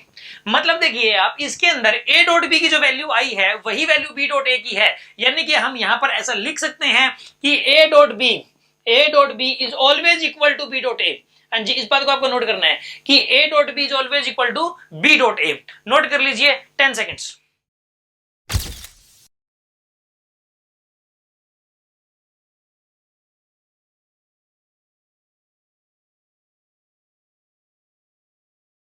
अभी सुनिए नेक्स्ट कॉन्सेप्ट। मान लो आपको एक वेक्टर ए दे दिया ये वाला, ठीक है, और एक बी दे दिया सपोज, और इनके बीच एंगल दे दिया थीटा। हाँ जी, इनके बीच एंगल आपने आपको थीटा दे दिया गया। अब अगर कोई ये कह दे कि इसे क्रॉस प्रोडक्ट करके दिखाइए आप, ए क्रॉस बी ये निकाल के दिखाइए, तो हम इसको लिख सकते हैं A B sine theta N cap. हाँ जी, ए क्रॉस बी को क्या लिखा जा सकता है बताइए? ए क्रॉस बी को A B sine theta N cap लिखा जा सकता है इसको, ठीक है ना। वो तो था ए बी कोस थीटा, उसमें डायरेक्शन नहीं होती। जो अभी मैंने पढ़ाया था, जो आंसर निकाले थे डॉट प्रोडक्ट में, उसमें कोई वेक्टर, उसमें कोई डायरेक्शन नहीं होगी, उसमें तो सीधा एक नंबर आएगा आंसर में। लेकिन इसमें डायरेक्शन आती है। एन कैप यहाँ पे डायरेक्शन को रिप्रेजेंट करता है, और यहाँ पे ये साइन थीटा लेते हैं हम इसके अंदर। ये डेफिनेशन याद करना पड़ेगा। ए क्रॉस बी होता है A B sine theta N cap, A dot B क्या होता है? ए बी कोस थीटा होता है, ठीक है ना। इसके अंदर सपोज ए की वैल्यू आपको दे दी 10 और बी की वैल्यू भी दे दी मान लो 20 दे दी सपोज, और थीटा की वैल्यू मान लो दे दी 60 डिग्री, ठीक है। इस केस में आपको सोल्व करना है, तो बताइए क्या करोगे इस केस के अंदर? ए की वैल्यू कितनी यहाँ पे 10, बी का मैग्नीट्यूड कितना यहाँ पे 20 इंटू में साइन 16। एक बार इसको एन कैप छोड़ दीजिए। एन कैप कैसे निकालते हैं मैं आपको भी बताता हूँ। ये आएगा 200, साइन 60 कितना होता है बताइए? √3/2, यानी कितना बनेगा ये 100√3। समझ आ रही है बात आपको? एक बार बताइए, इसमें पहले नंबर पे ए लिखा हुआ है ना, और दूसरे नंबर पे बी लिखा हुआ है। आप ए से बी की तरफ जाएंगे, अगर पहले नंबर पे ए लिखा हुआ है, बी, फिर दूसरे नंबर पे बी लिखा हुआ है, आप ए से बी की तरफ जा रहे हो, कैसे घूम रहे हो? क्लॉकवाइज। हाँ जी, कैसे घूम रहे हो? क्लॉकवाइज। क्लॉकवाइज के लिए आप ऐसे उंगलियां घुमाओगे, यानी कि अंदर की तरफ आ रहा है, मतलब इनसाइड होता है। क्लॉकवाइज के लिए क्या होता है बताइए? इनसाइड। इस हाथ से इन उंगलियों को आप घुमा के देख लिया करो, राइट हैंड को ऐसे अंगूठा अंदर की तरफ आ रहा है ना, तो क्लॉकवाइज के लिए क्या होता है? इनसाइड, यानी कि ये वाली जो डायरेक्शन है वो इनसाइड है। यहाँ पे ये वाली डायरेक्शन हो जाएगी इनसाइड यहाँ पे। अब सपोज अगर यहाँ पे कोई ये कहते हैं कि बी क्रॉस ए निकाल के दिखाइए, आप क्या निकाल के दिखाना आपको बताइए? बी क्रॉस ए, तो कैसे करोगे आप बताइए? सो क्या लिखोगे? B A sine theta N cap लिखोगे आप, B A sine theta N cap. B का मैग्नीट्यूड कितना आएगा? 20, ए का मैग्नीट्यूड कितना आएगा बताइए? 10 इंटू में साइन 60 एन कैप लिखोगे आप इसके अंदर। हाँ जी, यहाँ पे क्या लिखोगे? ये 200, साइन 60 कितना होता है? √3/2। हाँ जी, साइन 60 √3/2, यानी क्या लिखोगे आप इसको? 100√3 एन कैप आएगा। अब एन कैप की डायरेक्शन कौन सी होगी बताइए? बी टू ए जाना आपको। पहले नंबर पे बी है, दूसरे पे है, बी से ए घुमाओगे आप, ठीक है ना। बी से ए जाना आपको, तो बी से ए जाना है, यानी कि एंटी क्लॉकवाइज जा रहे हो आप। हाँ जी, कैसे जा रहे हो आप? Anti clockwise. एंटी क्लॉकवाइज के लिए आउटवर्ड होता है, एंटी क्लॉकवाइज के लिए आउटवर्ड। ये जो क्रॉस है ना, ये इनसाइड का निशान है। क्रॉस क्या है? इनसाइड का निशान है। और यहाँ पे आएगा डॉट। डॉट क्या होता है बताइए? आउटसाइड। यहाँ पे मैंने डॉट लगा दिया, डॉट का मतलब होता है आउटसाइड। और याद रखिए कि अगर क्लॉकवाइज जा रहे हो आप, कैसे जा रहे हो बताइए? क्लॉकवाइज, तो किस तरफ होता है? वो अंदर होता है, इसका मतलब तो इनसाइड होता है इसका मतलब। अगर क्लॉकवाइज अगर आपको मतलब जाना पड़ रहा है तो, और अगर एंटी क्लॉकवाइज जाना पड़ रहा है तो, एंटी क्लॉकवाइज जाना पड़ रहा है तो बताइए क्या करोगे बताइए? इसका मतलब क्या है यहाँ पे? आउटसाइड इसका मतलब। समझ में आ गई होगी बात आपको, ठीक है ना। इसके अंदर देखो आप, यहाँ पे हमने पहले ए क्रॉस बी निकाला था, 100√3 आया था, लेकिन इनसाइड आया था। और फिर हमने बी क्रॉस ए निकाला तो वो भी 100√3 ही आया, लेकिन वो आउटसाइड आया। इसका मतलब क्या हुआ? इसका मतलब ये हुआ कि ए क्रॉस बी और बी क्रॉस ए, इन दोनों का मैग्नीट्यूड तो सेम होता है, लेकिन डायरेक्शन का फर्क होता है। मतलब आप ऐसा लिख सकते हो यहाँ पे कि जरूरी नहीं है कि देखो A cross B is not equal to B cross A, ऐसा होता है। क्यों बताइए? क्योंकि डायरेक्शन का फर्क होता है दोनों में। कभी भी नहीं होता ऐसा, कभी भी नहीं, मतलब सेम कभी भी नहीं होते, ये सेम कभी भी नहीं होते। हमेशा ही ए क्रॉस बी और बी क्रॉस ए एक दूसरे के अपोजिट होने की वजह से यहां पर बीच में नॉट इक्वल टू लगता है हमेशा ही। और यहां पर जो है ना, इसके अंदर ए क्रॉस बी को हम ऐसा लिख सकते हैं, इसका मैग्नीट्यूड, ए क्रॉस बी का magnitude is equal to B cross A का मैग्नीट्यूड, ये हमेशा होता है, ठीक है। दोनों हमेशा इक्वल होंगे। और हम ऐसा भी लिख सकते हैं कि A cross B is equal to minus sign of B cross A, ऐसा लिखा जा सकता है। A cross B is equals to minus sign of B cross A, ऐसा लिखा जा सकता है। हाँ जी, बात समझ में आ गई होगी आपको। नोट कर लीजिए 15 सेकेंड्स।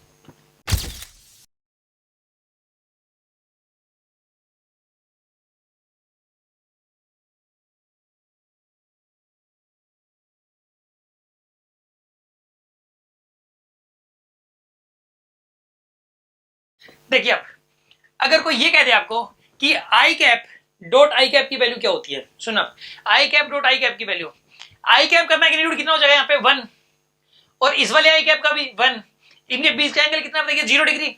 अरे आई कैप देखो, आई कैप का तो मैग्नीट्यूड 1 होता है क्योंकि एक यूनिट वेक्टर है, आई कैप क्या एक यूनिट वेक्टर है, जे कैप एक यूनिट वेक्टर है, इनका मैग्नीट्यूड 1 होता है और इनके बीच का एंगल 0 डिग्री हो जाएगा। ये वाला आई कैप इस तरफ, दूसरे वाला आई कैप भी इसी तरफ, तो कहने का मतलब इनके बीच एंगल 0 डिग्री।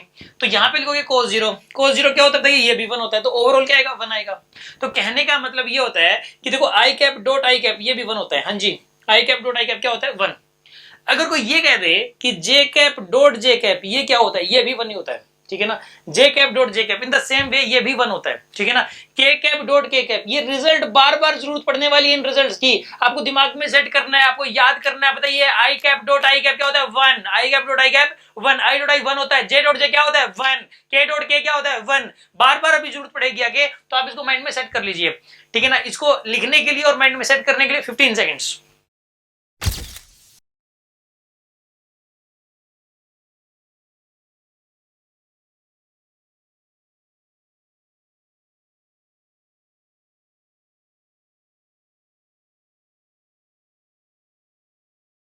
देखिए अब उसके बाद नेक्स्ट कॉन्सेप्ट है कि अगर कोई ये कह दे कि आई कैप डॉट जे कैप की वैल्यू क्या होती है, आई कैप डॉट जे कैप ये 0 होता है, ठीक है ना, याद करिए, पता कैसे होता है, मैं बताता हूँ कैसे होता है, ठीक है, मैं एक्सप्लेन करता हूँ कैसे हुआ ये।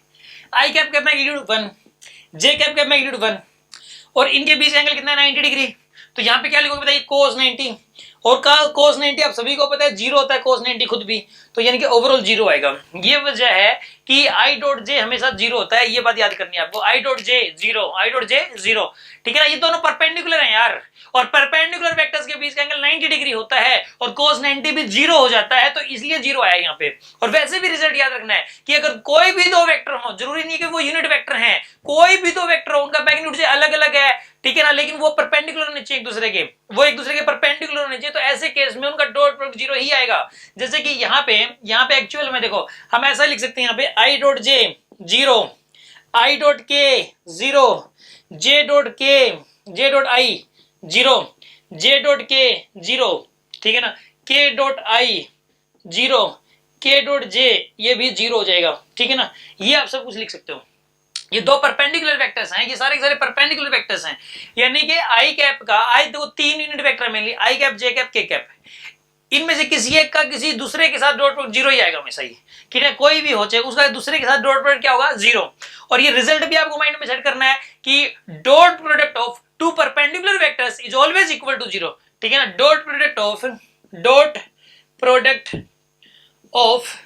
To perpendicular vectors is always equal to 0। ये रिजल्ट आपको माइंड में सेट करना, ठीक है ना, 15 सेकेंड्स।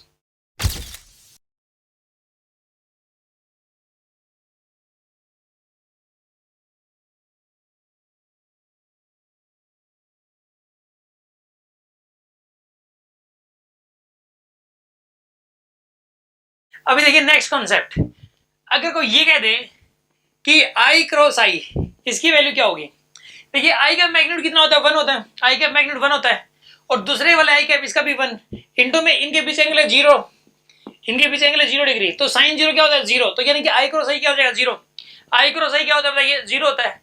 और वैसे भी अगर कोई भी दो पैरेलल वेक्टर्स हो तो उनका क्रॉस प्रोडक्ट हमेशा ही 0 होता है, क्योंकि उनके बीच एंगल 0 डिग्री हो गया और साइन 0 0 होता है, ठीक है ना। जैसे कि यहाँ पे कोई ये कहता है कि आई क्रॉस आई की वैल्यू बताइए तो 0, in the same way J cross J की वैल्यू भी 0, के क्रॉस के की वैल्यू भी कितने की बताइए 0, ये आपको याद करना है, ठीक है ना। आई क्रॉस आई बताइए क्या होता है, आई क्रॉस आई 0, जे क्रॉस जे 0, के क्रॉस के ये भी 0 होता है, समझ आ गई होगी बात आपको। अच्छा आप सुनो अगला डिस्कशन, इसके अंदर तो आपको पता क्या करना है, सिर्फ एक बार इसकी इन्फॉर्मेशन लिख लीजिए आप, ये इंपॉर्टेंट है, cross product of two parallel vectors is always equal to 0, ठीक है ना, लिखना आपको ये cross product of two parallel vectors is always equal to 0।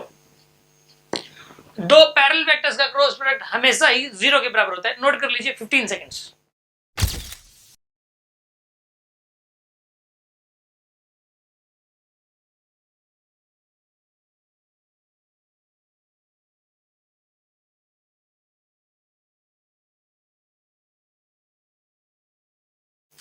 अभी सुनिए नेक्स्ट कॉन्सेप्ट। अगर कोई ये कह दे कि आई क्रॉस जे की वैल्यू बताइए आप, देखिए इसका मैग्नीट्यूड बताइए आप, आई क्रॉस जे का, इसकी डायरेक्शन से हमें कोई मतलब नहीं है, अभी हमें सिर्फ इसका मैग्नीट्यूड निकालना है आई क्रॉस जे का। तो ये बताइए आई कैप का मैग्नीट्यूड कितना होता है 1, जे कैप का मैग्नीट्यूड 1, इनके बीच का एंगल कितना बताइए साइन 90 डिग्री होता है, इनके बीच एंगल साइन 91 होता है, तो ये नहीं 1 होएगा। आई क्रॉस जे का मैग्नीट्यूड हमेशा 1 के बराबर होता है, ठीक है ना, क्योंकि इनके बीच का एंगल यहाँ पे 90 डिग्री और साइन 91 हो जाएगा, ठीक है। देखो यहाँ पे आई क्रॉस जे ये 1 होता है, याद रखिए आप, जे क्रॉस के ये भी 1 होता है, ठीक है ना, के क्रॉस आई ये भी 1 होता है, ठीक है ना, और इसके अंदर कोई भी हो, मतलब किसी का किसी आई का जे के साथ, आई का के साथ, ठीक है, आई क्रॉस के कर दीजिए आप, ये भी 1 होता है। यानी कि दो वेक्टर्स का क्रॉस प्रोडक्ट, ठीक है ना, जे क्रॉस के कर दीजिए आप, या फिर जे क्रॉस आई कर दीजिए आप, इसका मैग्नीट्यूड कितना होगा बताइए 1। यानी कि आई का जे के साथ या के साथ क्रॉस प्रोडक्ट 1 ही होगा, उसका मैग्नीट्यूड होना चाहिए, ठीक है ना। तो इसके अंदर ना आपको रिजल्ट क्या याद करना है, बस ये जो बोर्ड के ऊपर लिखा हुआ है ये रिजल्ट आपको याद करना है, ठीक है ना। अगर वैसे वैल्यू पूछे तो अभी डिस्कस करेंगे वैसे उसकी वैल्यू क्या होती है, लेकिन मैग्नीट्यूड की हम बात कर रहे हैं, मैग्नीट्यूड 1 होता है, ठीक है, नोट कर लीजिए आप इसको 10 सेकेंड्स।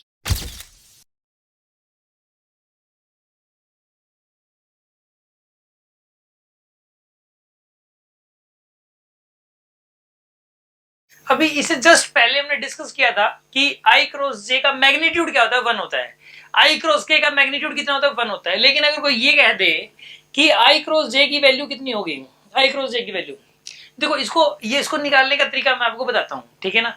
देखिए आप क्या करोगे, आप आई कैप को यहाँ लिख लो, आप ऐसे जे कैप को यहाँ लिख लो और के कैप को यहाँ लिख लो आप, ठीक है ना, ऐसे एक साइकिल बन गई।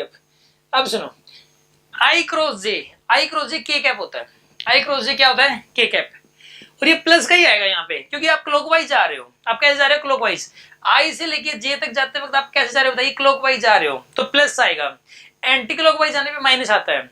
आई से लेके जे की तरफ जा रहे हो और यहाँ पे क्लॉकवाइज जा रहे हो तो आई क्रॉस जे के होता है। जे क्रॉस के की वैल्यू क्या होती है बताइए, आई, हाँ जी, जे क्रॉस के की वैल्यू ये क्या होती है बताइए, यहाँ पे आई होती है।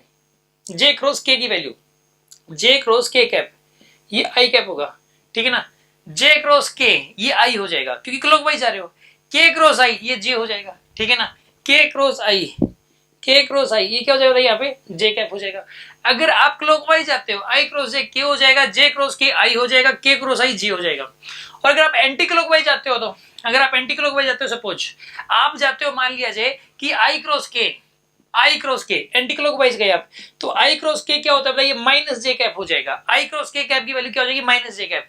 के क्रॉस जे की वैल्यू ये हो जाएगी माइनस आई कैप, हाँ जी, के क्रॉस जे की वैल्यू हो जाएगी माइनस आई कैप।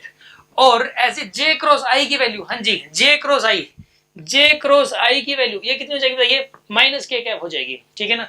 तो ये आपको ना ये भी बहुत इंपॉर्टेंट रिजल्ट है, अभी आगे जो क्वेश्चंस करेंगे उसके दौरान इसकी जरूरत पड़ेगी, ये आपको एबीसीडी की तरह आते होने चाहिए, ठीक है ना।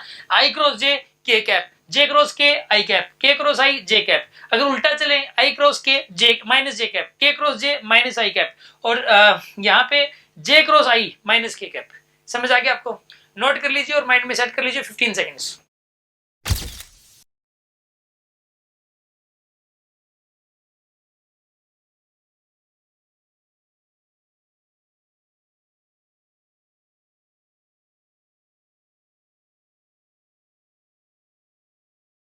मैं एक क्वेश्चन दे रहा हूं, ये देखिए आप, ये वाला जो क्वेश्चन है मैं ही करके दिखा रहा हूं, नेक्स्ट आपको करना है।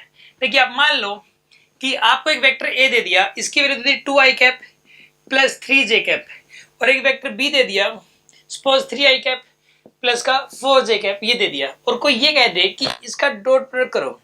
देखो आपसे डॉट प्रोडक्ट पूछने का एक तो तरीका ये कि ए दे दिया, बी दे दिया और उनके बीच का एंगल दे दिया, और एक तरीका ये भी है, इस तरीके से भी डॉट प्रोडक्ट निकालने के लिए पूछ सकता है। कैसे करेंगे इसको, इसके लिए आप एक काम करो, देखो इसका इसके साथ देखो 2 3 जा कितना होता है 6, और आई डॉट आई क्या होता है 1 होता है, आई डॉट आई क्या होता है 1। अब इसका इसके साथ करोगे आप, इसका इसके साथ करोगे डॉट प्रोडक्ट, तो यहाँ पे आई डॉट जे क्या होता है 0, हाँ जी, आई डॉट जे क्या होता है 0 होता है, आई डॉट जे 0 होता है, ये मैंने अभी लिखवाया था, ठीक है ना। वो जो चारों जो रिजल्ट्स थे अभी बताए थे वो माइंड में सेट करने हैं आपको, ठीक है ना।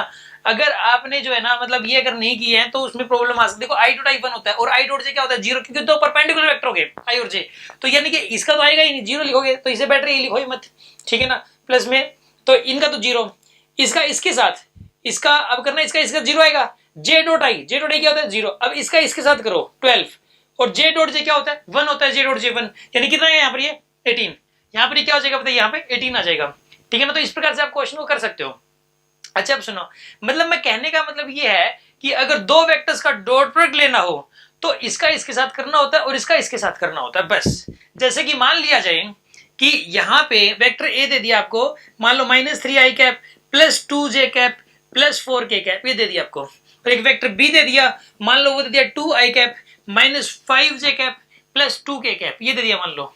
और कोई ये कह दे कि इसके अंदर डॉट प्रोडक्ट करके दिखाइए आप इनका, हाँ जी, तो इनका डॉट प्रोडक्ट कैसे करेंगे आप, इसका इसके साथ करना है, इसका इसके साथ करना है और इसका इसके साथ करना है, ठीक है ना। यानी कि -3 × 2 कितना हो जाएगा यहाँ पे -6, इसका इसके साथ करो कितना हो जाएगा -10, ठीक है ना, -10 हो जाएगा।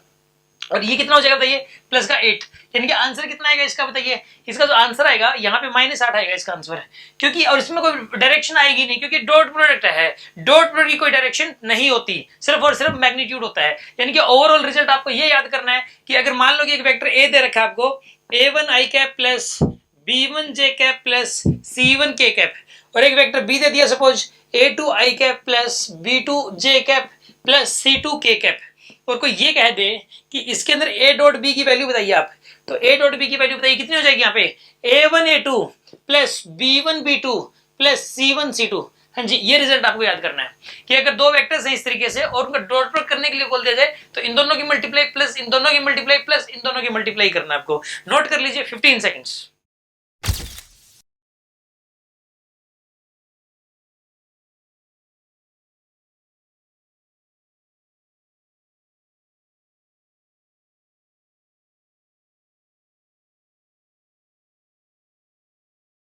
अभी देखिए मैं आपको एक क्वेश्चन करवा रहा हूं। मान लो कि आपको एक वेक्टर ए दे दिया, वेक्टर ए दे दिया 2i cap plus 3j cap plus 4k cap, और एक वेक्टर बी दे दिया मान लो -6i cap plus 2j cap plus xk cap, और ये कह दिया कि ये दोनों वेक्टर्स एक दूसरे के परपेंडिकुलर हैं। क्या है, दोनों एक दूसरे के परपेंडिकुलर, फाइंड x की वैल्यू निकालनी है। If a is perpendicular to b then find x। Question ये है फाइंड x, ये क्वेश्चन करके दिखाना है। तो आपको करना क्या है बताइए इसके अंदर, इसको सोल्व करने के लिए, इसको सोल्व करने के लिए आपको अगर ये दोनों पर पहले तो इनका डॉट प्रोडक्ट कर ही लीजिए आप, क्योंकि इनका डॉट प्रोडक्ट 0 का पक्का है। पहले इनका डॉट प्रोडक्ट कर लो, फिर इसको इक्वल टू 0 कर दो, क्योंकि दोनों परपेंडिकुलर इसने मेंशन कर दिया ना क्वेश्चन में, तो अगर परपेंडिकुलर है तो इनका डॉट प्रोडक्ट तो 0 होगा ही ना। तो इसके अंदर बताइए 2 × -6 कितना आएगा -12, 2 × -12, 3 × 2 कितना हो जाएगा बताइए 6 हो जाएगा, 4 × x कितना हो जाएगा प्लस का 4x हो जाएगा। ये क्या हो जाना चाहिए इक्वल टू 0, तो यहाँ पे क्या आ जाना चाहिए, यहाँ पे ये आएगा, यहाँ पे -6 प्लस का 4x इज इक्वल टू 0, और 4x की वैल्यू हो जाएगी 6 के बराबर और x की वैल्यू हो जाएगी 6/4 यानी कि 3/2 के बराबर, ठीक है ना। तो ये आपको जो है ना माइंड में सेट करना है, ये वाला को लिखना है, नोट कर लीजिए 10 सेकंड्स।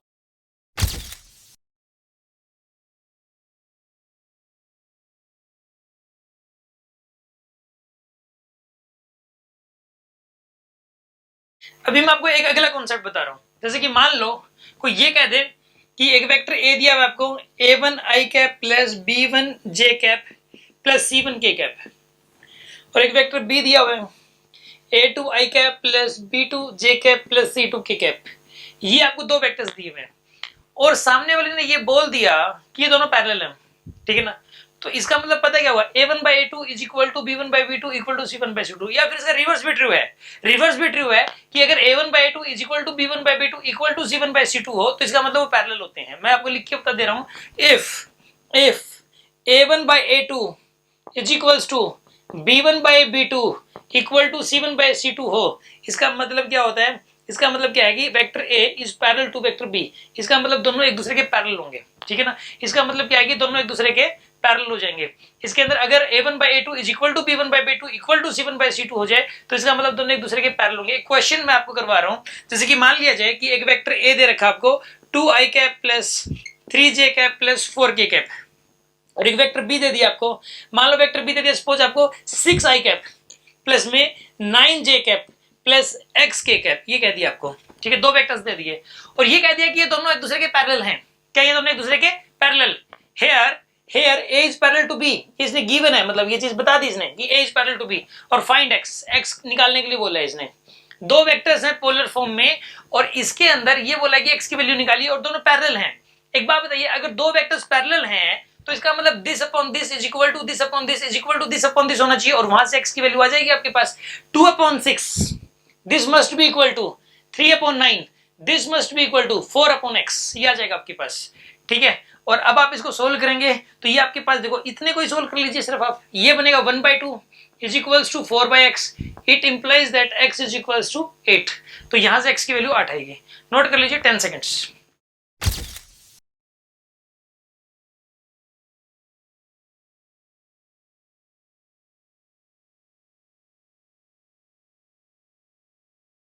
देखिए अब एक तो आपको ना दो फॉर्मूले और याद रखने हैं। जो वर्क होता है ना, वर्क होता है एफ डॉट डी, फोर्स और डिस्प्लेसमेंट के डॉट प्रोडक्ट को वर्क बोलते हैं। ये रिजल्ट आपको याद करना है।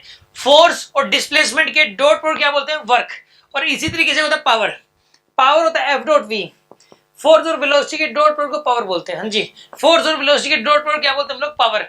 और फोर्स और डिस्प्लेसमेंट के डॉट प्रोडक्ट को वर्क बोलते हैं। ये मैंने क्यों बताया? क्योंकि कई बार एग्जाम में क्वेश्चन क्या आता है, ये कह देगा कि एक बॉडी के ऊपर फोर्स लग रहा है, एक बॉडी के फोर्स लग रहा है 2i cap minus 3j cap plus 4k cap, कुछ भी वैल्यू दे दी, और ये कह देगा कि उस बॉडी की जो वेलोसिटी है वो दे दी मान लो minus 3i cap plus 2j cap plus k cap, ऐसा कह दिया। एक बॉडी के ऊपर फोर्स तो ये लग रहा है और उस बॉडी की वेलोसिटी ये वाली है। आप ये बताइए उसकी पावर क्या होगी, मतलब जो है उसकी इंस्टेंटेनियस पावर क्या होगी। तो ऐसे केस में अगर आपको ये फॉर्मूला नहीं पता है, अगर आपको ये फॉर्मूला नहीं पता कि जो पावर होता है एफ डॉट वी होता है, तो ऐसे केस में आप ये क्वेश्चन नहीं कर पाएंगे। हालांकि करना क्या है, डॉट प्रोडक्ट की तो करना है बस इसके अंदर। तो इसके अंदर डॉट प्रोडक्ट कर लीजिए पावर निकालने के लिए। करना क्या है, -6 और यहाँ पे आएगा -6, फिर से यहाँ फिर से आएगा -6 और यहाँ पे क्या बताइए +4, यानी कि पावर की वैल्यू 4 आ जाएगी आपके पास। आपको जो दो ये रिजल्ट्स हैं ये याद करने की, जो वर्क होता है एक तो वर्क होता है एफ डॉट डी के बराबर और एक होता है पावर क्या होता है बताइए, एफ डॉट वी के बराबर। ये दोनों रिजल्ट्स आपको याद करने हैं। नोट कर लीजिए 15 सेकेंड्स।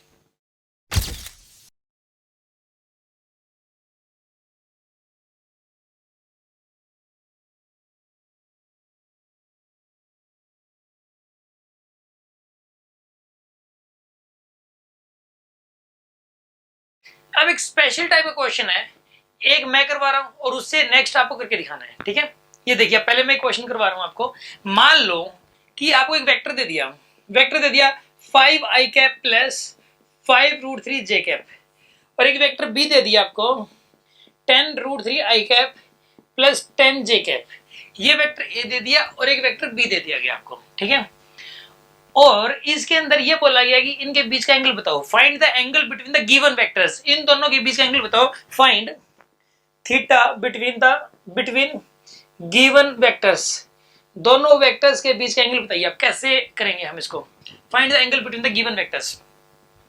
दो वेक्टर्स दे दिए पोलर फॉर्म में, अगर दो वेक्टर आपको दे दे पोलर फॉर्म में तो उनके बीच का एंगल बताया जा सकता है। कैसे बताएंगे उनके बीच का एंगल? आप एक काम करो, इसको करने के लिए इसकी डॉट प्रोडक्ट करो 2 बार, पहले मेथड नंबर 1 से फिर मेथड नंबर 2 से, और जो दो रिजल्ट्स आएंगे उनको इक्वेट कर दो। आप मैंने क्या बोला, इस क्वेश्चन को करने के लिए पहले यहाँ पे इन दोनों वेक्टर्स की डॉट प्रोडक्ट करो, पहले मेथड नंबर 1 से, फिर डॉट प्रोडक्ट करनी है मेथड नंबर 2 से, और फिर उन दोनों को इक्वेट करना है। पहले मेथड नंबर 1 से, ठीक है ना, मेथड 1 यानी कि m1, मेथड नंबर 1 यानी m1, यानी कि मैं इससे क्या कर रहा हूँ, इसको डॉट प्रोडक्ट कर रहा हूँ इन दोनों की। बताइए आप करिए इनकी डॉट प्रोडक्ट। आप एक काम करो, ए डॉट बी को बताइए क्या लिख सकते हो आप, ए बी cos थीटा लिख सकते हो ना, बी cos थीटा। यहाँ पे ए का मैग्नीट्यूड लिखा जाएगा, बी का मैग्नीट्यूड लिखा जाएगा और थीटा इनके बीच का एंगल है। ठीक है ना, ए का मैग्नीट्यूड, इसका मैग्नीट्यूड बताइए कितना हो जाएगा यहाँ पे। इसका मैग्नीट्यूड होगा 5 का स्क्वायर प्लस 5√3 का स्क्वायर और पूरे का अंडर रूट। ठीक है, ये होगा ए का मैग्नीट्यूड। और बी का मैग्नीट्यूड बताइए कितना होगा यहाँ पे, 10√3 का स्क्वायर प्लस 10 का स्क्वायर और पूरे का अंडर रूट। इंटू में क्या करोगे बताइए, इनके बीच का एंगल cos थीटा। ठीक है ना, यहाँ पे इसको सोल्व कर लीजिए, कितना बनेगा ये, जब आप इसको सोल्व करोगे ना 25, तो ये हो गया और ये हो जाएगा यहाँ पे 75, तो 100 हो जाएगा, √100 होता है 10 होता है, और ये वाला बताइए ये हो जाएगा यहाँ पे 300 और ये हो जाएगा 100, यानी कि 400 आएगा, और 400 का रूट क्या होता है 20, इंटू में cos थीटा, यानी कितना आएगा यहाँ पर, ये 200 cos थीटा आएगा आपके पास, 200 cos थीटा। ये आपके पास ये पहली बन गई यहाँ पे first equation. A dot B हमने डॉट प्रोडक्ट किया ए और बी का, तो आपके पास ये आ गया। अब आप डॉट प्रोडक्ट करिए फिर से, ए डॉट बी फिर से निकालो आप, तो क्या करोगे आप, ए डॉट बी की वैल्यू इसको इससे मल्टीप्लाई करो, कितना बनेगा यहाँ पे 50√3, हाँ जी 50√3 आएगा ना, प्लस इसका इसके मल्टीप्लाई करिए आप, कितना बनेगा यहाँ पर ये भी 50√3 आएगा, यानी टोटल कितना आएगा यहाँ पर ये 100√3 आएगा। ठीक है ना, ये सेकंड हो गया आपके पास। इन दोनों को इक्वेट करिए आप, इन दोनों को इक्वेट करने से आपके पास आंसर आ जाएगा। ये मेथड नंबर 2 है यहाँ पे। ठीक है ना, ए डॉट बी आपने निकाला एक तो ए बी cos थीटा से, और एक बार इसको इससे मल्टीप्लाई करने से और इसको इससे मल्टीप्लाई करने से दोनों तरीकों से हो जाएगा, और इन दोनों का भाई इक्वेट कर दीजिए। ठीक है ना, 200 cos theta, 200 cos theta is equals to 100√3। तो यहाँ से बताइए cos थीटा की वैल्यू कितनी आएगी, बताइए यहाँ से √3/2 आ जाएगी, और थीटा कितना आएगा यहाँ से बताइए, थीटा की वैल्यू 30 डिग्री आ जाएगी यहाँ से। हाँ जी, बात समझ में आ गई होगी। cos 30 √3/2 होता है, इसको नोट कर लीजिए। ठीक है ना, आपको 15 सेकंड्स मिल रहे हैं।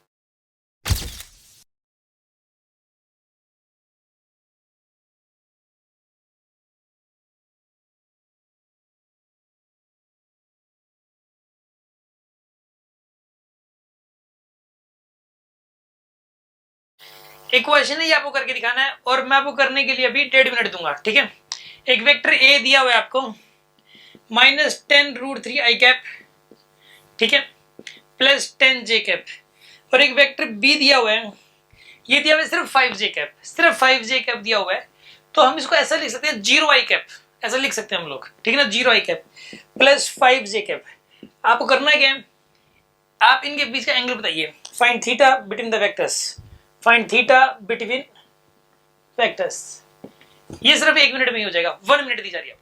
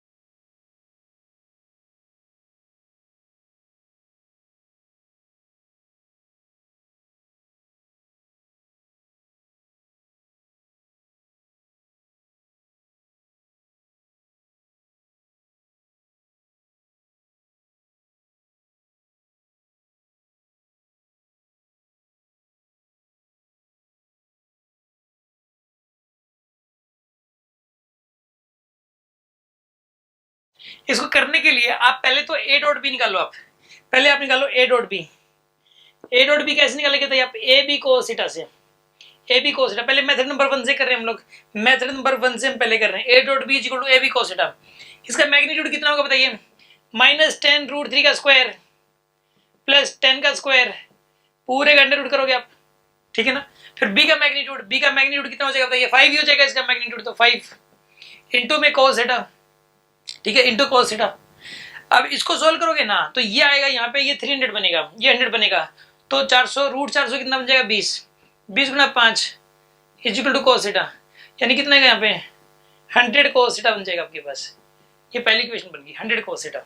ये आपके पास ए डॉट बी की वैल्यू आ गई निकल के, ए डॉट बी की वैल्यू आपके पास आ गई। ठीक है ना, अब सुनिए आप, इसके अंदर मेथड नंबर 2, मेथड नंबर 2 का यूज करो आप। ए डॉट बी को क्या लिख सकते हो बताइए आप, यहाँ पे ए डॉट बी को, ए डॉट बी की वैल्यू कितनी आ जाएगी, इसको इससे मल्टीप्लाई करो 0, ठीक है ना, इसको इससे मल्टीप्लाई करो कितना आ जाएगा 50, 50 आ गया। ये पहली इक्वेशन बन गई, तो ये वाली दूसरी बन गई। अब आप इन दोनों को इक्वेट कर दो, from 1 and 2, from equation 1 and 2।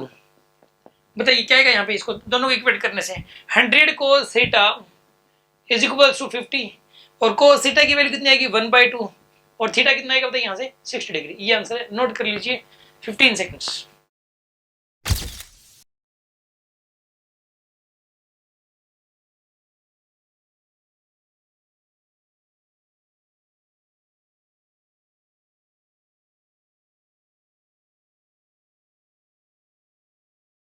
अभी जैसे मान लिया जाए कि आपको दो वेक्टर्स दे दिए जाए पोलर फॉर्म में, और ये कहा जाए कि उनकी क्रॉस प्रोडक्ट करो, तो कैसे करें। ये एक इंपॉर्टेंट पार्ट है वेक्टर्स का, बहुत इंपॉर्टेंट है, आप ध्यान से समझना। मान लेते हैं कि एक वेक्टर ए दे दिया आपको 2i cap -3j cap plus 4k cap, और एक वेक्टर बी दे दिया आपको suppose 3i cap plus 2j cap -6k cap. ये कह दिया, ये दो वेक्टर्स दे दिए, और ये कह दिया कि इनकी क्रॉस प्रोडक्ट करो। देखो, अगर दो वेक्टर्स का मैग्नीट्यूड दे दिया जाए और उनके बीच का एंगल दे दिया जाए, फिर तो बहुत सिंपल है, A B sine theta N cap लगा दोगे। लेकिन यहाँ पे दो वेक्टर्स पोलर फॉर्म में दे रखे हैं और आपको ए क्रॉस बी करने के लिए बोला गया है, तो हम कैसे करें? इसमें ना मैथमेटिक्स का यूज किया जाता है, हमें मैट्रिक्स मेथड का यूज करना पड़ता है इसके अंदर, ठीक है ना। मैट्रिक्स बनाना पड़ता है इसके अंदर एक, और उसका यूज करके हमें करना पड़ता है, ठीक है ना। मैथमेटिक्स में सिखाया जाता है, बट मैं आपको अभी सिखा रहा हूँ ये चीज। देखिए कैसे करेंगे हम लोग इसके अंदर, यहाँ पे ए क्रॉस बी करेंगे हम इसके अंदर, यहाँ पे ए क्रॉस बी लिखेंगे, और फिर उसके बाद देखो आप ऐसा करो, आप ऐसा कर लो इसको, ठीक है ना। कर लिया आपने ऐसे। अब देखो क्या करना आपको, यहाँ पे लिखना आई कैप, यहाँ लिखना माइनस जे कैप, और फिर लिखना यहाँ पर के कैप, ऐसे लिखना आई कैप जे कैप के कैप, यहाँ प्लस यहाँ माइनस यहाँ प्लस, ठीक है। हर एक में ही करना है आपको। मैंने इसलिए नहीं लिखा कि यहाँ पे माइनस है, इसलिए नहीं लिखा मैंने, वो तो यहाँ पे चाहे प्लस होता, चाहे यहाँ पे प्लस होता तो भी मैं माइनस जे तो लिखता ही, ठीक है। समझ आ रही ना बात आपको? चलो एक काम करो, आपके मन में कंफ्यूजन है, इसको मैं प्लस कर ही देता हूँ, ठीक है। देखिए आप यहाँ पे आई कैप है, ये माइनस जे कैप है, ये के कैप है, पहले तो ऐसा लिखना आपको, ठीक है। अब उसके बाद क्या करना है, हर एक में ऐसा करना, आई कैप माइनस जे कैप के कैप लिख लिया आपने। अब यहाँ पे लिखो 2 3 4, ये वाला लिख दो आप 2 3 4।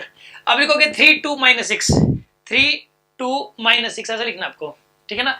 2 3 4 2 3 4 लिखा, फिर लिखा आपने 3 2 माइनस 6 3 2 माइनस 6 ऐसा लिख दिया ना आपने। अब उसके बाद देखो कैसे करोगे आप इसको, यहाँ पे उसके बाद लिखोगे आप, सबसे पहले काम करो, ये आई कैप लिखो आप। यहाँ पे मैं यहाँ पे लिख रहा हूँ, इसको यहाँ पे सोल्व कर रहा हूँ, पहले आप लिखो आई कैप, इसको सोल्व करने के लिए आई कैप लिखा आपने। आई कैप लिखने के बाद मैं इसको थोड़ा सा और इधर लिख रहा हूँ, आई कैप लिखा आपने पहले, और आई कैप लिखने के बाद आप इस रो को और इस कॉलम को दबा लो, ये रो और ये कॉलम, इन दोनों को छिपा लिया आपने। ये 4 डिजिट दिख रहे हैं ना आपको, बस इनको छिपा लिया आपने। अब इस 3 को -6 से मल्टीप्लाई करो, पहले 3 को -6 से मल्टीप्लाई करो, कितना आएगा -18। हाँ जी, 3 को -6 से मल्टीप्लाई किया, कितना आ गया -18।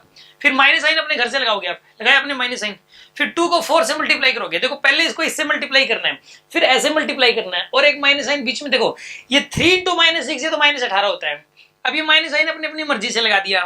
फिर 2 × 4 कितना होगा 8, ऐसा लिखा आपने, हो गया ये। अब लिखो माइनस जे कैप, हाँ जी अब लिखा माइनस जे कैप। अब ऐसा करो आप इसके अंदर, यहाँ पे माइनस जे कैप वाली रो और ये कॉलम, ये छुपाना है आपको। ये रो को भी छुपा लिया आपने और कॉलम को भी छुपा लिया, ठीक है ना। अब 2 3 4 और -6 दिख रहा है आपको, 2 3 4 और -6, तो 2 को पहले -6 से मल्टीप्लाई करो, कितना बनेगा ये -12। फिर माइनस साइन लगाओगे अपनी मर्जी से। फिर 3 को 4 से मल्टीप्लाई करोगे, कितना आएगा यहाँ पे 12 आएगा। फिर उसके बाद लिखोगे आप यहाँ पे के कैप लिखोगे आप यहाँ पे, और के कैप लिखने के बाद अब बताइए ये रो, ये वाली रो और ये कॉलम, इनको छुपा लो आप। क्या लिखोगे 2 2 जा 4, हाँ जी क्या लिखोगे 2 2 जा 4। फिर माइनस साइन अपने घर से, फिर लिखोगे 3 3 जा 9, 3 3 जा 9, ये आपके पास आएगा। सोल्व करो आप इसको, बताइए कितना आएगा सोल्व करने के बाद। ये 18 और 8 कितने होते हैं 26, -26 आई कैप। फिर उसके बाद क्या लिखोगे बताइए, ये -24 और ये माइनस प्लस हो जाएगा, यानी कि +24 जे कैप आएगा। फिर उसके बाद क्या लिखोगे बताइए, यहाँ पे -5 के कैप। ये आंसर है, ये फाइनल आंसर है, ठीक है। अगर एग्जाम के अंदर ये कह देना कि इन दोनों वेक्टर्स की क्रॉस प्रोडक्ट करो तो यही आएगा आंसर। और अगर एग्जाम के अंदर ये कह दे कि इन दोनों वेक्टर्स से बनने वाले पैरेललोग्राम का एरिया बताओ, किन्हीं दो वेक्टर्स का यूज करके उनसे पैरेललोग्राम बनाया जा सकता है, ठीक है ना। दो वेक्टर्स का यूज करके उनसे पैरेललोग्राम बनाया जा सकता है, तो उन इनसे बनने वाले पैरेललोग्राम का एरिया वेक्टर बताओ, तो यही बता देना आपको, एरिया वेक्टर, यही आंसर है। ए क्रॉस बी का जो आंसर है वही आएगा, ठीक है ना। और ये कहते हैं कि एरिया को मैग्नीट्यूड बताओ उसका, तो मैग्नीट्यूड इसका स्क्वायर प्लस इसका स्क्वायर प्लस इसका स्क्वायर पूरे का इंटूट कर दोगे आप। दो वेक्टर्स का यूज करके उनका पैरेललोग्राम बनाया जा सकता है। जैसे कि मान लो कि वो तरीका होता है, जैसे मान लो एक वेक्टर ऐसे दे दिया और एक वेक्टर ऐसे दे दिया सपोज, तो पहले टेल से टेल मिलानी होती है। जैसे इसको ना पीछे ले आओ, टेल से टेल मिला दी। अब इसके जैसा वेक्टर इसी को शिफ्ट कर दो आप, ये जैसे इसका इसी को एसिडिस उठा के कॉपी पेस्ट यहाँ पे कर दिया और इसको कॉपी पेस्ट करके उठा के यहाँ पे कर दो, इस तरीके से पैरेललोग्राम बन गया। तो पैरेललोग्राम बनाया जा सकता है दो वेक्टर्स का यूज करके। और कोई ये कहते हैं कि इसका एरिया बताइए कितना हो जाएगा, तो ये तो एरिया वेक्टर आ गया और एरिया वेक्टर का मैग्नीट्यूड आप निकाल सकते हो, इसका स्क्वायर प्लस इसका स्क्वायर प्लस स्क्वायर करके पूरे का रूट करके। अच्छा एग्जाम में ये कह दे कि इन दोनों वेक्टर से बनने वाली ट्रायंगल का एरिया बताओ, ट्रायंगल भी बन जाएगी। जैसे ये दो वेक्टर्स थे, तो ये दो वेक्टर्स थे, तो ये ऐसे है और ये ऐसे है ना, तो हम लोग ऐसे इनको मिला दो, ये ट्रायंगल बन गया। तो इस ट्रायंगल का जो एरिया है ना, वो पता है कैसे निकालोगे, इसका हाफ कर दो बस, a cross b divide by 2 करना होता है, ठीक है ना। तो दो वेक्टर से बनने वाली ट्रायंगल का एरिया निकालने के लिए a क्रॉस b करो और उसको डिवाइडेड बाय 2 कर दो, और पैरेललोग्राम उससे उन दो वेक्टर से बनने वाले पैरेललोग्राम का एरिया निकालने के लिए सीधा उनकी क्रॉस प्रोडक्ट कर दीजिए आप। बात समझ में आ गई होगी आपको ये वाली, ठीक है। आपको ये नोट करना है, आपको दिए जा रहे हैं 20 सेकेंड्स और इसके बाद मैं आपको क्वेश्चन दूंगा, ठीक है।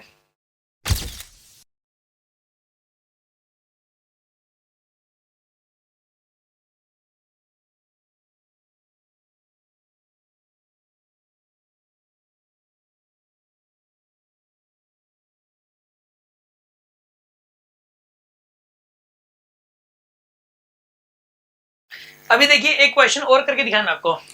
एक वेक्टर ए दिया हुआ है आपको 6i कैप प्लस जे कैप माइनस 2k कैप है, ठीक है ना। और एक वेक्टर बी दिया हुआ है आपको i cap plus 4j cap plus 3k cap, ठीक है।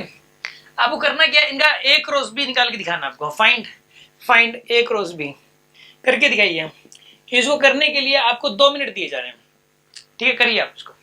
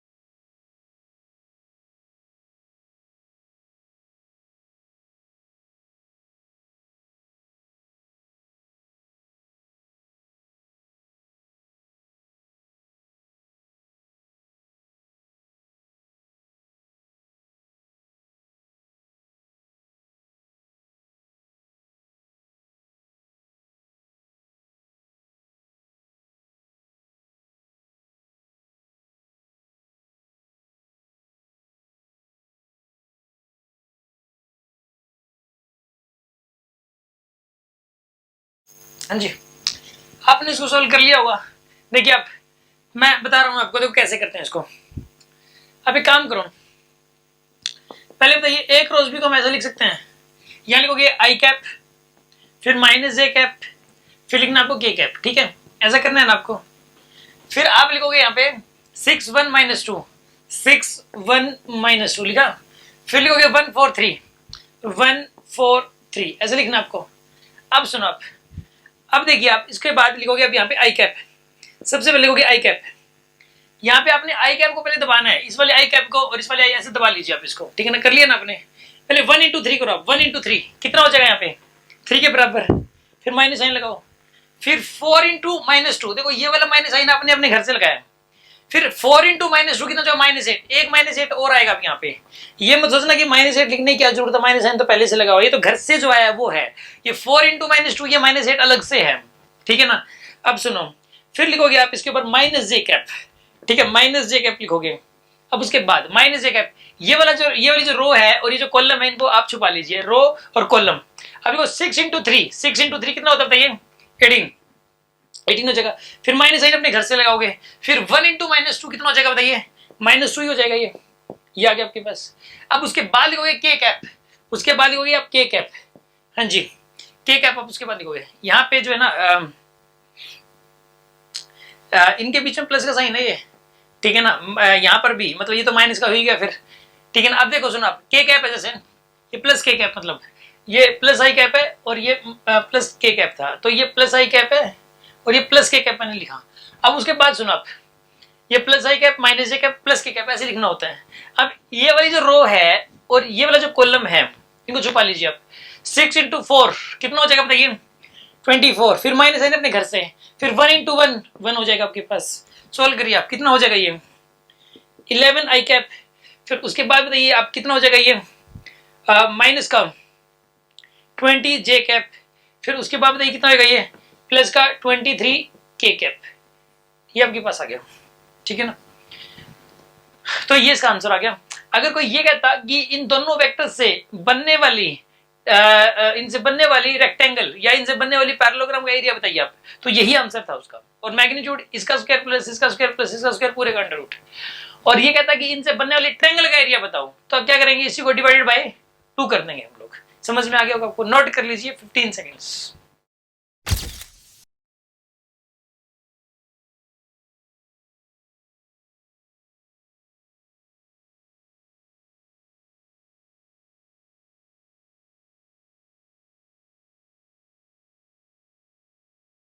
अभी देखिए एक्चुअल में 4 फॉर्मूले ऐसे हैं जो कि क्रॉस प्रोडक्ट पे बेस्ड हैं, ठीक है। एक तो फॉर्मूला है vector v is equals to omega cross r, याद रखिए आप, ये r क्रॉस ओमेगा नहीं होता, ओमेगा क्रॉस r होता है।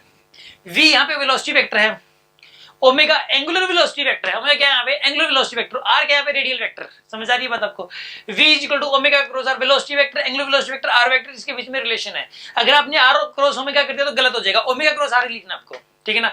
कई बार ओमेगा वेक्टर दिया होता और r वेक्टर दिया होता और ये पूछ लेता कि वेक्टर v बताओ, तो कुछ नहीं करना आपको, क्रॉस प्रोडक्ट ही तो करनी है। और अगर ये फॉर्मूला ना पता हो तो फिर तो क्वेश्चन हो नहीं पाएगा, ठीक है। ऐसे ही एक फॉर्मूला होता है vector a is equals to alpha cross r, vector a equal to alpha cross r।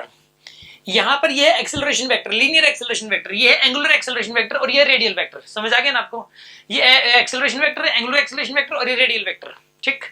और एक फॉर्मूला होता है tau is equals to R cross F, ठीक है। ये एफ क्रॉस आर नहीं होता, आर क्रॉस एफ होता है, याद रखिए आप। तो टाउ वेक्टर जो होता है वो आर क्रॉस एफ के बराबर होता है, ठीक है ना। और एक होता है एंगुलर मोमेंटम वेक्टर, ये होता है R cross P, R cross P होता है ये रेडियल वेक्टर, और ये लीनियर मोमेंटम है। आर रेडियल वेक्टर है, ये लीनियर मोमेंटम वेक्टर है, यहां से एंगुलर मोमेंटम आ जाएगा। ऐसे ये रेडियल वेक्टर है, ये फोर्स वेक्टर है, यहां से टॉर्क आ जाएगा आपके पास। समझ आ रही है बात आपकी, चारों फॉर्मूले बहुत इंपॉर्टेंट है। हमारी वेक्टर्स की क्लास आज इतनी ही रहेगी और आपको इसकी 5 डीपीपी है इसके अंदर, जो आपके पास जो स्टडी मटेरियल भेजा गया उसके अंदर 5 डीपीपी हैं। और वो जो पांचों डीपीपी आपको सोल्व करनी है ढूंढ के, इसके अंदर कौन सी 5 डीपीपीज हैं वो पांचों की, और उनके जो वीडियो सॉल्यूशंस हैं वो यूट्यूब पे दिए हुए हैं। अगर आपको डीपीपी नहीं मिली है तो भी आप इन नंबर्स पे कांटेक्ट करें।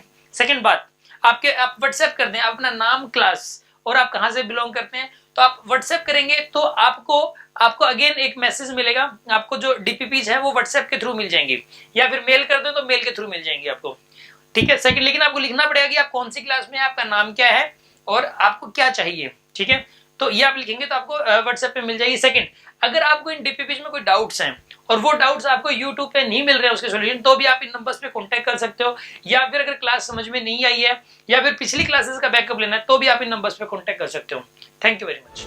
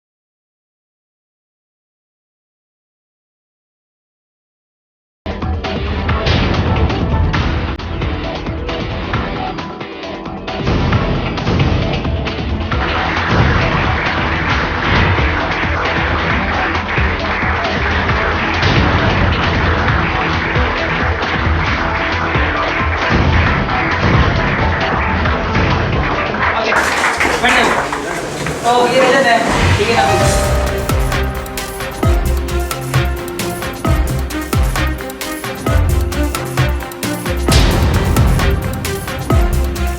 Very good morning, Golo. I think dropper bag होगा ये। टाइम देखो, बैक टू बैक ड्रॉपर था। इधर मैं ड्रॉपर बैग यूज किया। और ड्रॉपर वार्ड टॉन्टिंग रहता है। अभी शायद आपने ड्रॉप किया ही है, बट धीरे धीरे हर कोई पूछेगा क्या कर रहे हो, ये कुछ नहीं, ड्रॉप कर रहे हैं, पीएमटी की तैयारी कर रहे हैं। शायद सर ने लेकिन ये चीज़ कभी फील नहीं होने दी कि हम +1 के हैं, +2 के ड्रॉपर्स हैं। और डाउट्स क्लास में मैं कभी नहीं पूछता था, मैं काफ़ी डोरमेंट सा स्टूडेंट था क्लास के अंदर।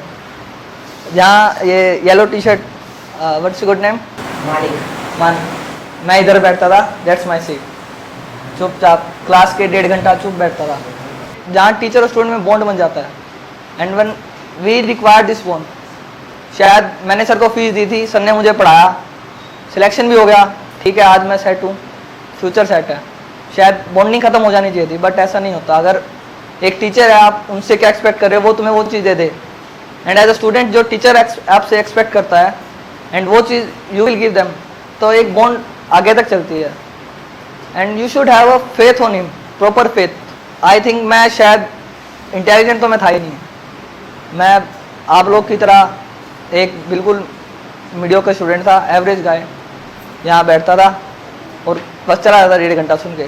आज यहाँ मैं खड़ा हूँ, मुझसे पहले अजय राणा सर आए थे, उन्होंने हमें मोटिवेट किया था। एंड शायद फ़ोटो देखना एक अलग चीज़ थी, लेकिन जब उनसे मिला तो उन्होंने हमें बताया कि एक पर्सनली मिलकर हमें ये पता चलता है कितना डाउन टू अर्थ है ये बंदा आज भी। ये भी हमारी तरह एक एवरेज गाय था, और शायद जो गलतियाँ उसने की हमें बता के गए कि यार ये गलतियाँ हुई थी, ये मत करना। कुछ क्वालिटीज़ हमने उनसे ली, और शायद आज जो मैं अचीव करना चाहता था वो अचीव कर चुका हूँ। और एक ये रहती है मन में, कभी गिल्ट नहीं रहना चाहिए, अपना 100% हमेशा देना ही चाहिए।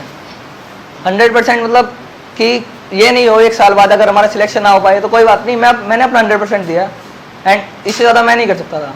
ये नहीं होना चाहिए यार मैं 2 घंटा वहाँ एक्स्ट्रा पढ़ लेता, या मैंने पढ़ाई नहीं की, पेरेंट्स को बोला यार पापा 1 साल ड्रॉप और करवाओ, मैंने पढ़ाई नहीं की। नहीं, अपना 100% आज से ही देना शुरू करना है हमें, तभी हम सिलेक्शन ले सकते हैं। शायद +1 +2 ये 2 साल हैं, करियर डिसाइड कर लेते हैं। ये 9-10 तक मेरा सिर्फ साइंस में इंटरेस्ट था, मैथ नहीं आता था मुझे। 8th में मैं स्कूल में साइंस में फेल था, 2 नंबर की मुझे ग्रेस दी थी, मुझे साइंस में इंटरेस्ट नहीं था। 8th तक मुझे सिर्फ मैथ्स आता था। 9-10 में क्या सडन चेंजेस आए, मैथ्स छोड़ दिया, साइंस ले ली। 9-10 में साइंस ली, +1 +2 आकाश में था, मैं आकाश ज्वाइन किया। कुछ नॉलेज नहीं, मेरे घर में मतलब दूर दूर तक किसी ने आज तक मेडिकल स्ट्रीम नहीं ली थी, कोई आइडिया नहीं है क्या कंपटीशन है। AIPMT और एम्स 2 नाम पता थे बस, इसके अलावा और भी एग्जाम्स होते हैं, BHU, जिपमर, कुछ बिल्कुल भी स्लाइड नॉलेज भी नहीं थी मुझे। दोस्तों के साथ हाँ भी आकाश में चलते हैं, चलो भी आकाश में चलो, फीस इतनी देनी है, फीस दे दी, क्लास में जाके बैठना है, बैठ गए। छुट्टी मारते थे, घर पे मैसेज आ जाता था कि आपका लड़का नहीं आया, तो वो काम भी नहीं कर सकते थे, क्लास चले जाते थे। डाउट्स का टाइम था, और वहाँ क्या रहता है, टीचर्स की 9 से 5 जो शिफ्ट है वो रहती है, या 10 से 7, उसी शिफ्ट में वो टीचर्स वहाँ रहेंगे, उनमें उसको क्लासेस भी लेनी होती है टीचर्स को, उसी में लंच भी है उनका, टी ब्रेक भी है, तो डाउट्स के लिए इतना टाइम वो नहीं दे पाते। जो थोड़ा बहुत डाउट का टाइम मिलता है उसमें इंटेलिजेंट स्टूडेंट तो थे बैच के हो जाते हैं, काफ़ी हाई लेवल के डाउट्स पूछने लग जाते हैं। मेरे को खुद को हो जाता है यार क्या डाउट पूछूंगा मैं, टीचर भी हंसेंगे, साथ वाले हंसेंगे, डाउट्स लिए ही नहीं कभी, +1 +2 कभी डाउट्स ही नहीं लिए। बेसिक तो फिजिक्स में तो बेसिक्स क्लियर ही नहीं थे, क्वेश्चन आता था हाँ भी रट लिया बस, टेस्ट दे दिया, टॉप 10 में टॉप 15 में वहाँ भी आ जाता था, हो गया बस, काम खत्म। घर वाले भी खुश, हाँ भाई लड़का पढ़ रहा है, रैंक भी सही आ रही है, निकाल देगा। घर वालों को रियलिटी नहीं पता, रियलिटी सिर्फ मुझे बता दी। हम किसी को भी चीट कर सकते हैं लेकिन खुद को कभी चीट नहीं कर सकते। हम क्या पढ़ रहे हैं हमें ही पता है, कोई आइडिया नहीं है, ऐसी केमिस्ट्री बायो सब निकाल दिया, +2 साफ, रिजल्ट पेपर दे के आए सब नेगेटिव।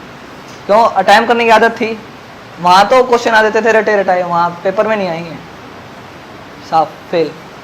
घर पे आया, हाँ भी पापा नहीं हुआ, क्या करना है, ड्रॉप कर लेंगे, ड्रॉप कर लिया। लेकिन फिर जाके रियलाइज हुआ जब साथ वाले निकल गए, किसी ने प्राइवेट भी उठाए, एंड वो प्राइवेट वाले मुझे कॉल करके बोलते हैं कि क्या कर रहा है, वहीं का वहीं रह गया। वो एक जो मोमेंट था शायद लाइफ चेंजिंग मोमेंट था कि तू तो प्राइवेट उठा के बैठा है और मुझे डांट रहा है कि तू यहीं का यहीं रह गया। मैं ठीक है 1 साल करते हैं मेहनत, उनसे अच्छा गवर्नमेंट कॉलेज उठाएंगे। टारगेट तब भी एम्स का ही था, एम्स से नीचे तो हम लोग बात करते ही नहीं, जब तक पेपर नहीं देना एम्स। धीरे धीरे धीरे धीरे हाँ भाई मेहनत की, शायद मुझसे ज़्यादा हार्डवर्क सर ने किया।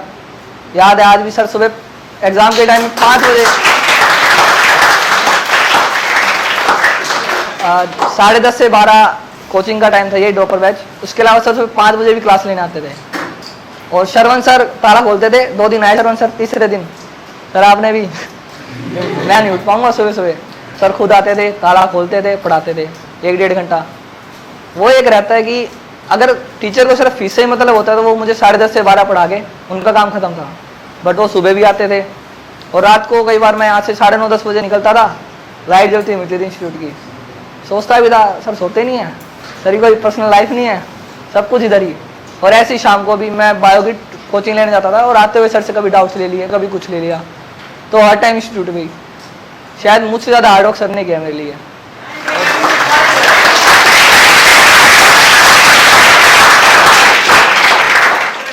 सबसे मेन चीज़ तो ये है कि हमें कंपटीशन करना है दूसरों के साथ नहीं, खुद के साथ कंपटीशन करना है। क्योंकि जो पीएमटी हम दे रहे हैं ये कोई कुश्ती नहीं है, मतलब दूसरों की टांग खींची और खुद जीत गए, दूसरों को गिरा दिया।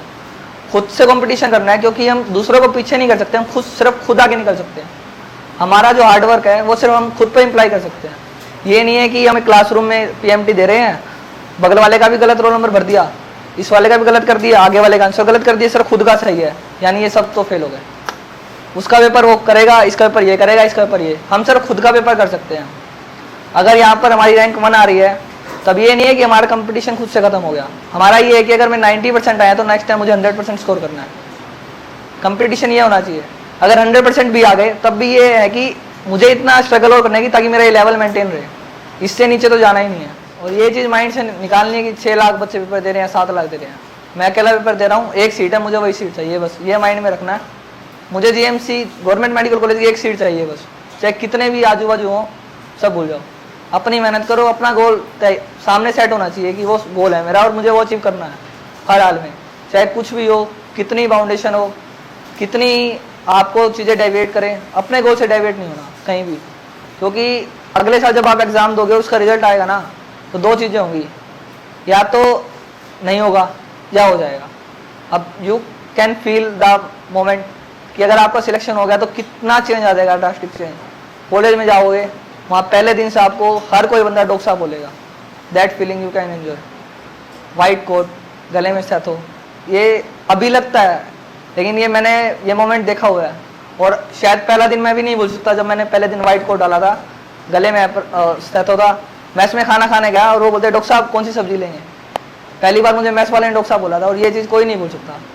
और एक वरना नहीं होगा तो शायद दोबारा ड्रॉप, या और बीएससी करते हैं फिर एमएससी करते हैं, कुछ ऐसे मिलेंगे यार बीएससी कर फिर आईएएस की तैयारी कर। अरे आईएएस तो बहुत दूर की बात है, पहले हम पीएमटी तो कर लें, एमबीबीएस के बाद भी आईएएस हो सकती है। जो हमारा प्रेजेंट गोल है हम उससे तो अचीव करें। हर कोई डाइवेट करेगा, अरे बीएससी एग्री कर ले, बीएस कर ले, हर कोई।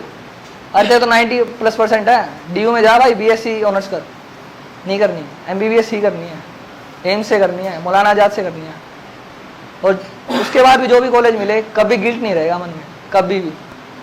और एक फर्स्ट क्लास गैजेटेड ऑफिसर की वैल्यू हम सब जानते हैं यहाँ पे। तो वो एक मोमेंट हमेशा ध्यान रखना, अपने पेरेंट्स की वो जो स्माइल उस टाइम आएगी तुम्हारे चेहरे पे, तुम्हारे पेरेंट्स के चेहरे पे, उसको भी हमेशा ध्यान रखना। और ये चीज़ भूल जाना कि फ्रस्ट्रेशन आएगी, ड्रॉपर्स को आएगी। +1 +2 वाले अभी तो मैं ये बोल सकता हूँ 2 साल हैं, जितनी मेहनत कर सकते हो कर लो, जितना हार्डवर्क कर सकते हो कर लो, और स्मार्टली करना। हमें डिस्प्लेसमेंट कवर करनी है, डिस्टेंस कवर नहीं करना। वर्क डन करने के लिए फोर्स तो हम लगा ही रहे हैं, प्लस में डिस्प्लेसमेंट होनी चाहिए जो हमारे कॉलेज तक की है। घूम के नहीं जाना, हमें सीधा जाना है, स्मार्टली वर्क करना है। जितने डीपीपी सर देते हैं, टेस्ट लेते हैं, रेगुलरिटी मेंटेन करना, कभी कोई टेस्ट नहीं छोड़ना कभी भी। इवन मैं तो ड्रॉपर बैच के टेस्ट के साथ साथ +1 +2 के भी टेस्ट दे देता था कभी कभी फ्री टाइम में। उससे अपनी स्किल्स बढ़ती हैं, हर रोज़ कुछ नया सीखो, अपने को इम्प्रूव करो।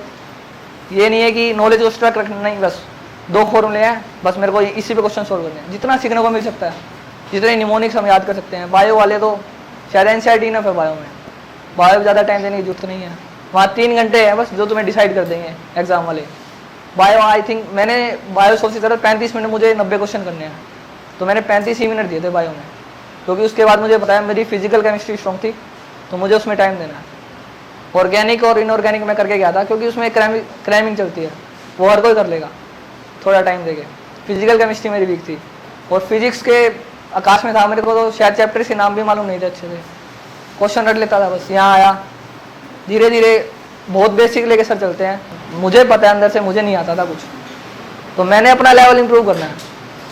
अपना लेवल इंप्रूव करो, सर की डीपी भी सोल्व करो। उसके बाद सर ने, मैं सर के बाद पर्सनली सर ने मुझे डीसी पांडे दी, उसके क्वेश्चन दे देते थे, एचसीवी के दे देते थे, एचसीवी सर क्लास में भी सोल्व करवाते थे।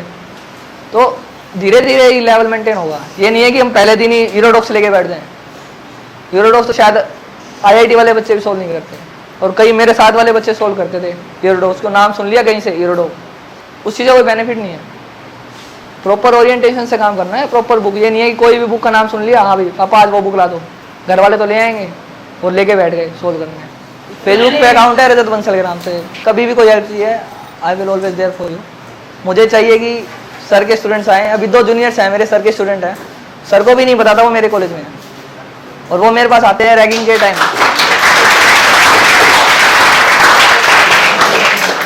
Eight the time of ragging वे आते हैं, डॉक्टर साहब आप डीके गोल सर के पास पढ़े हो? मैंने कहा हाँ। डॉक्टर साहब मैं भी वहीं पढ़ा हुआ हूँ। मैंने कहा तो डॉक्टर साहब बचा लो। मैं चल भाई ठीक है आजा, ले गया था मैं तो निकाल के। एक वो चाहिए, और वही रिस्पेक्ट है सर के लिए।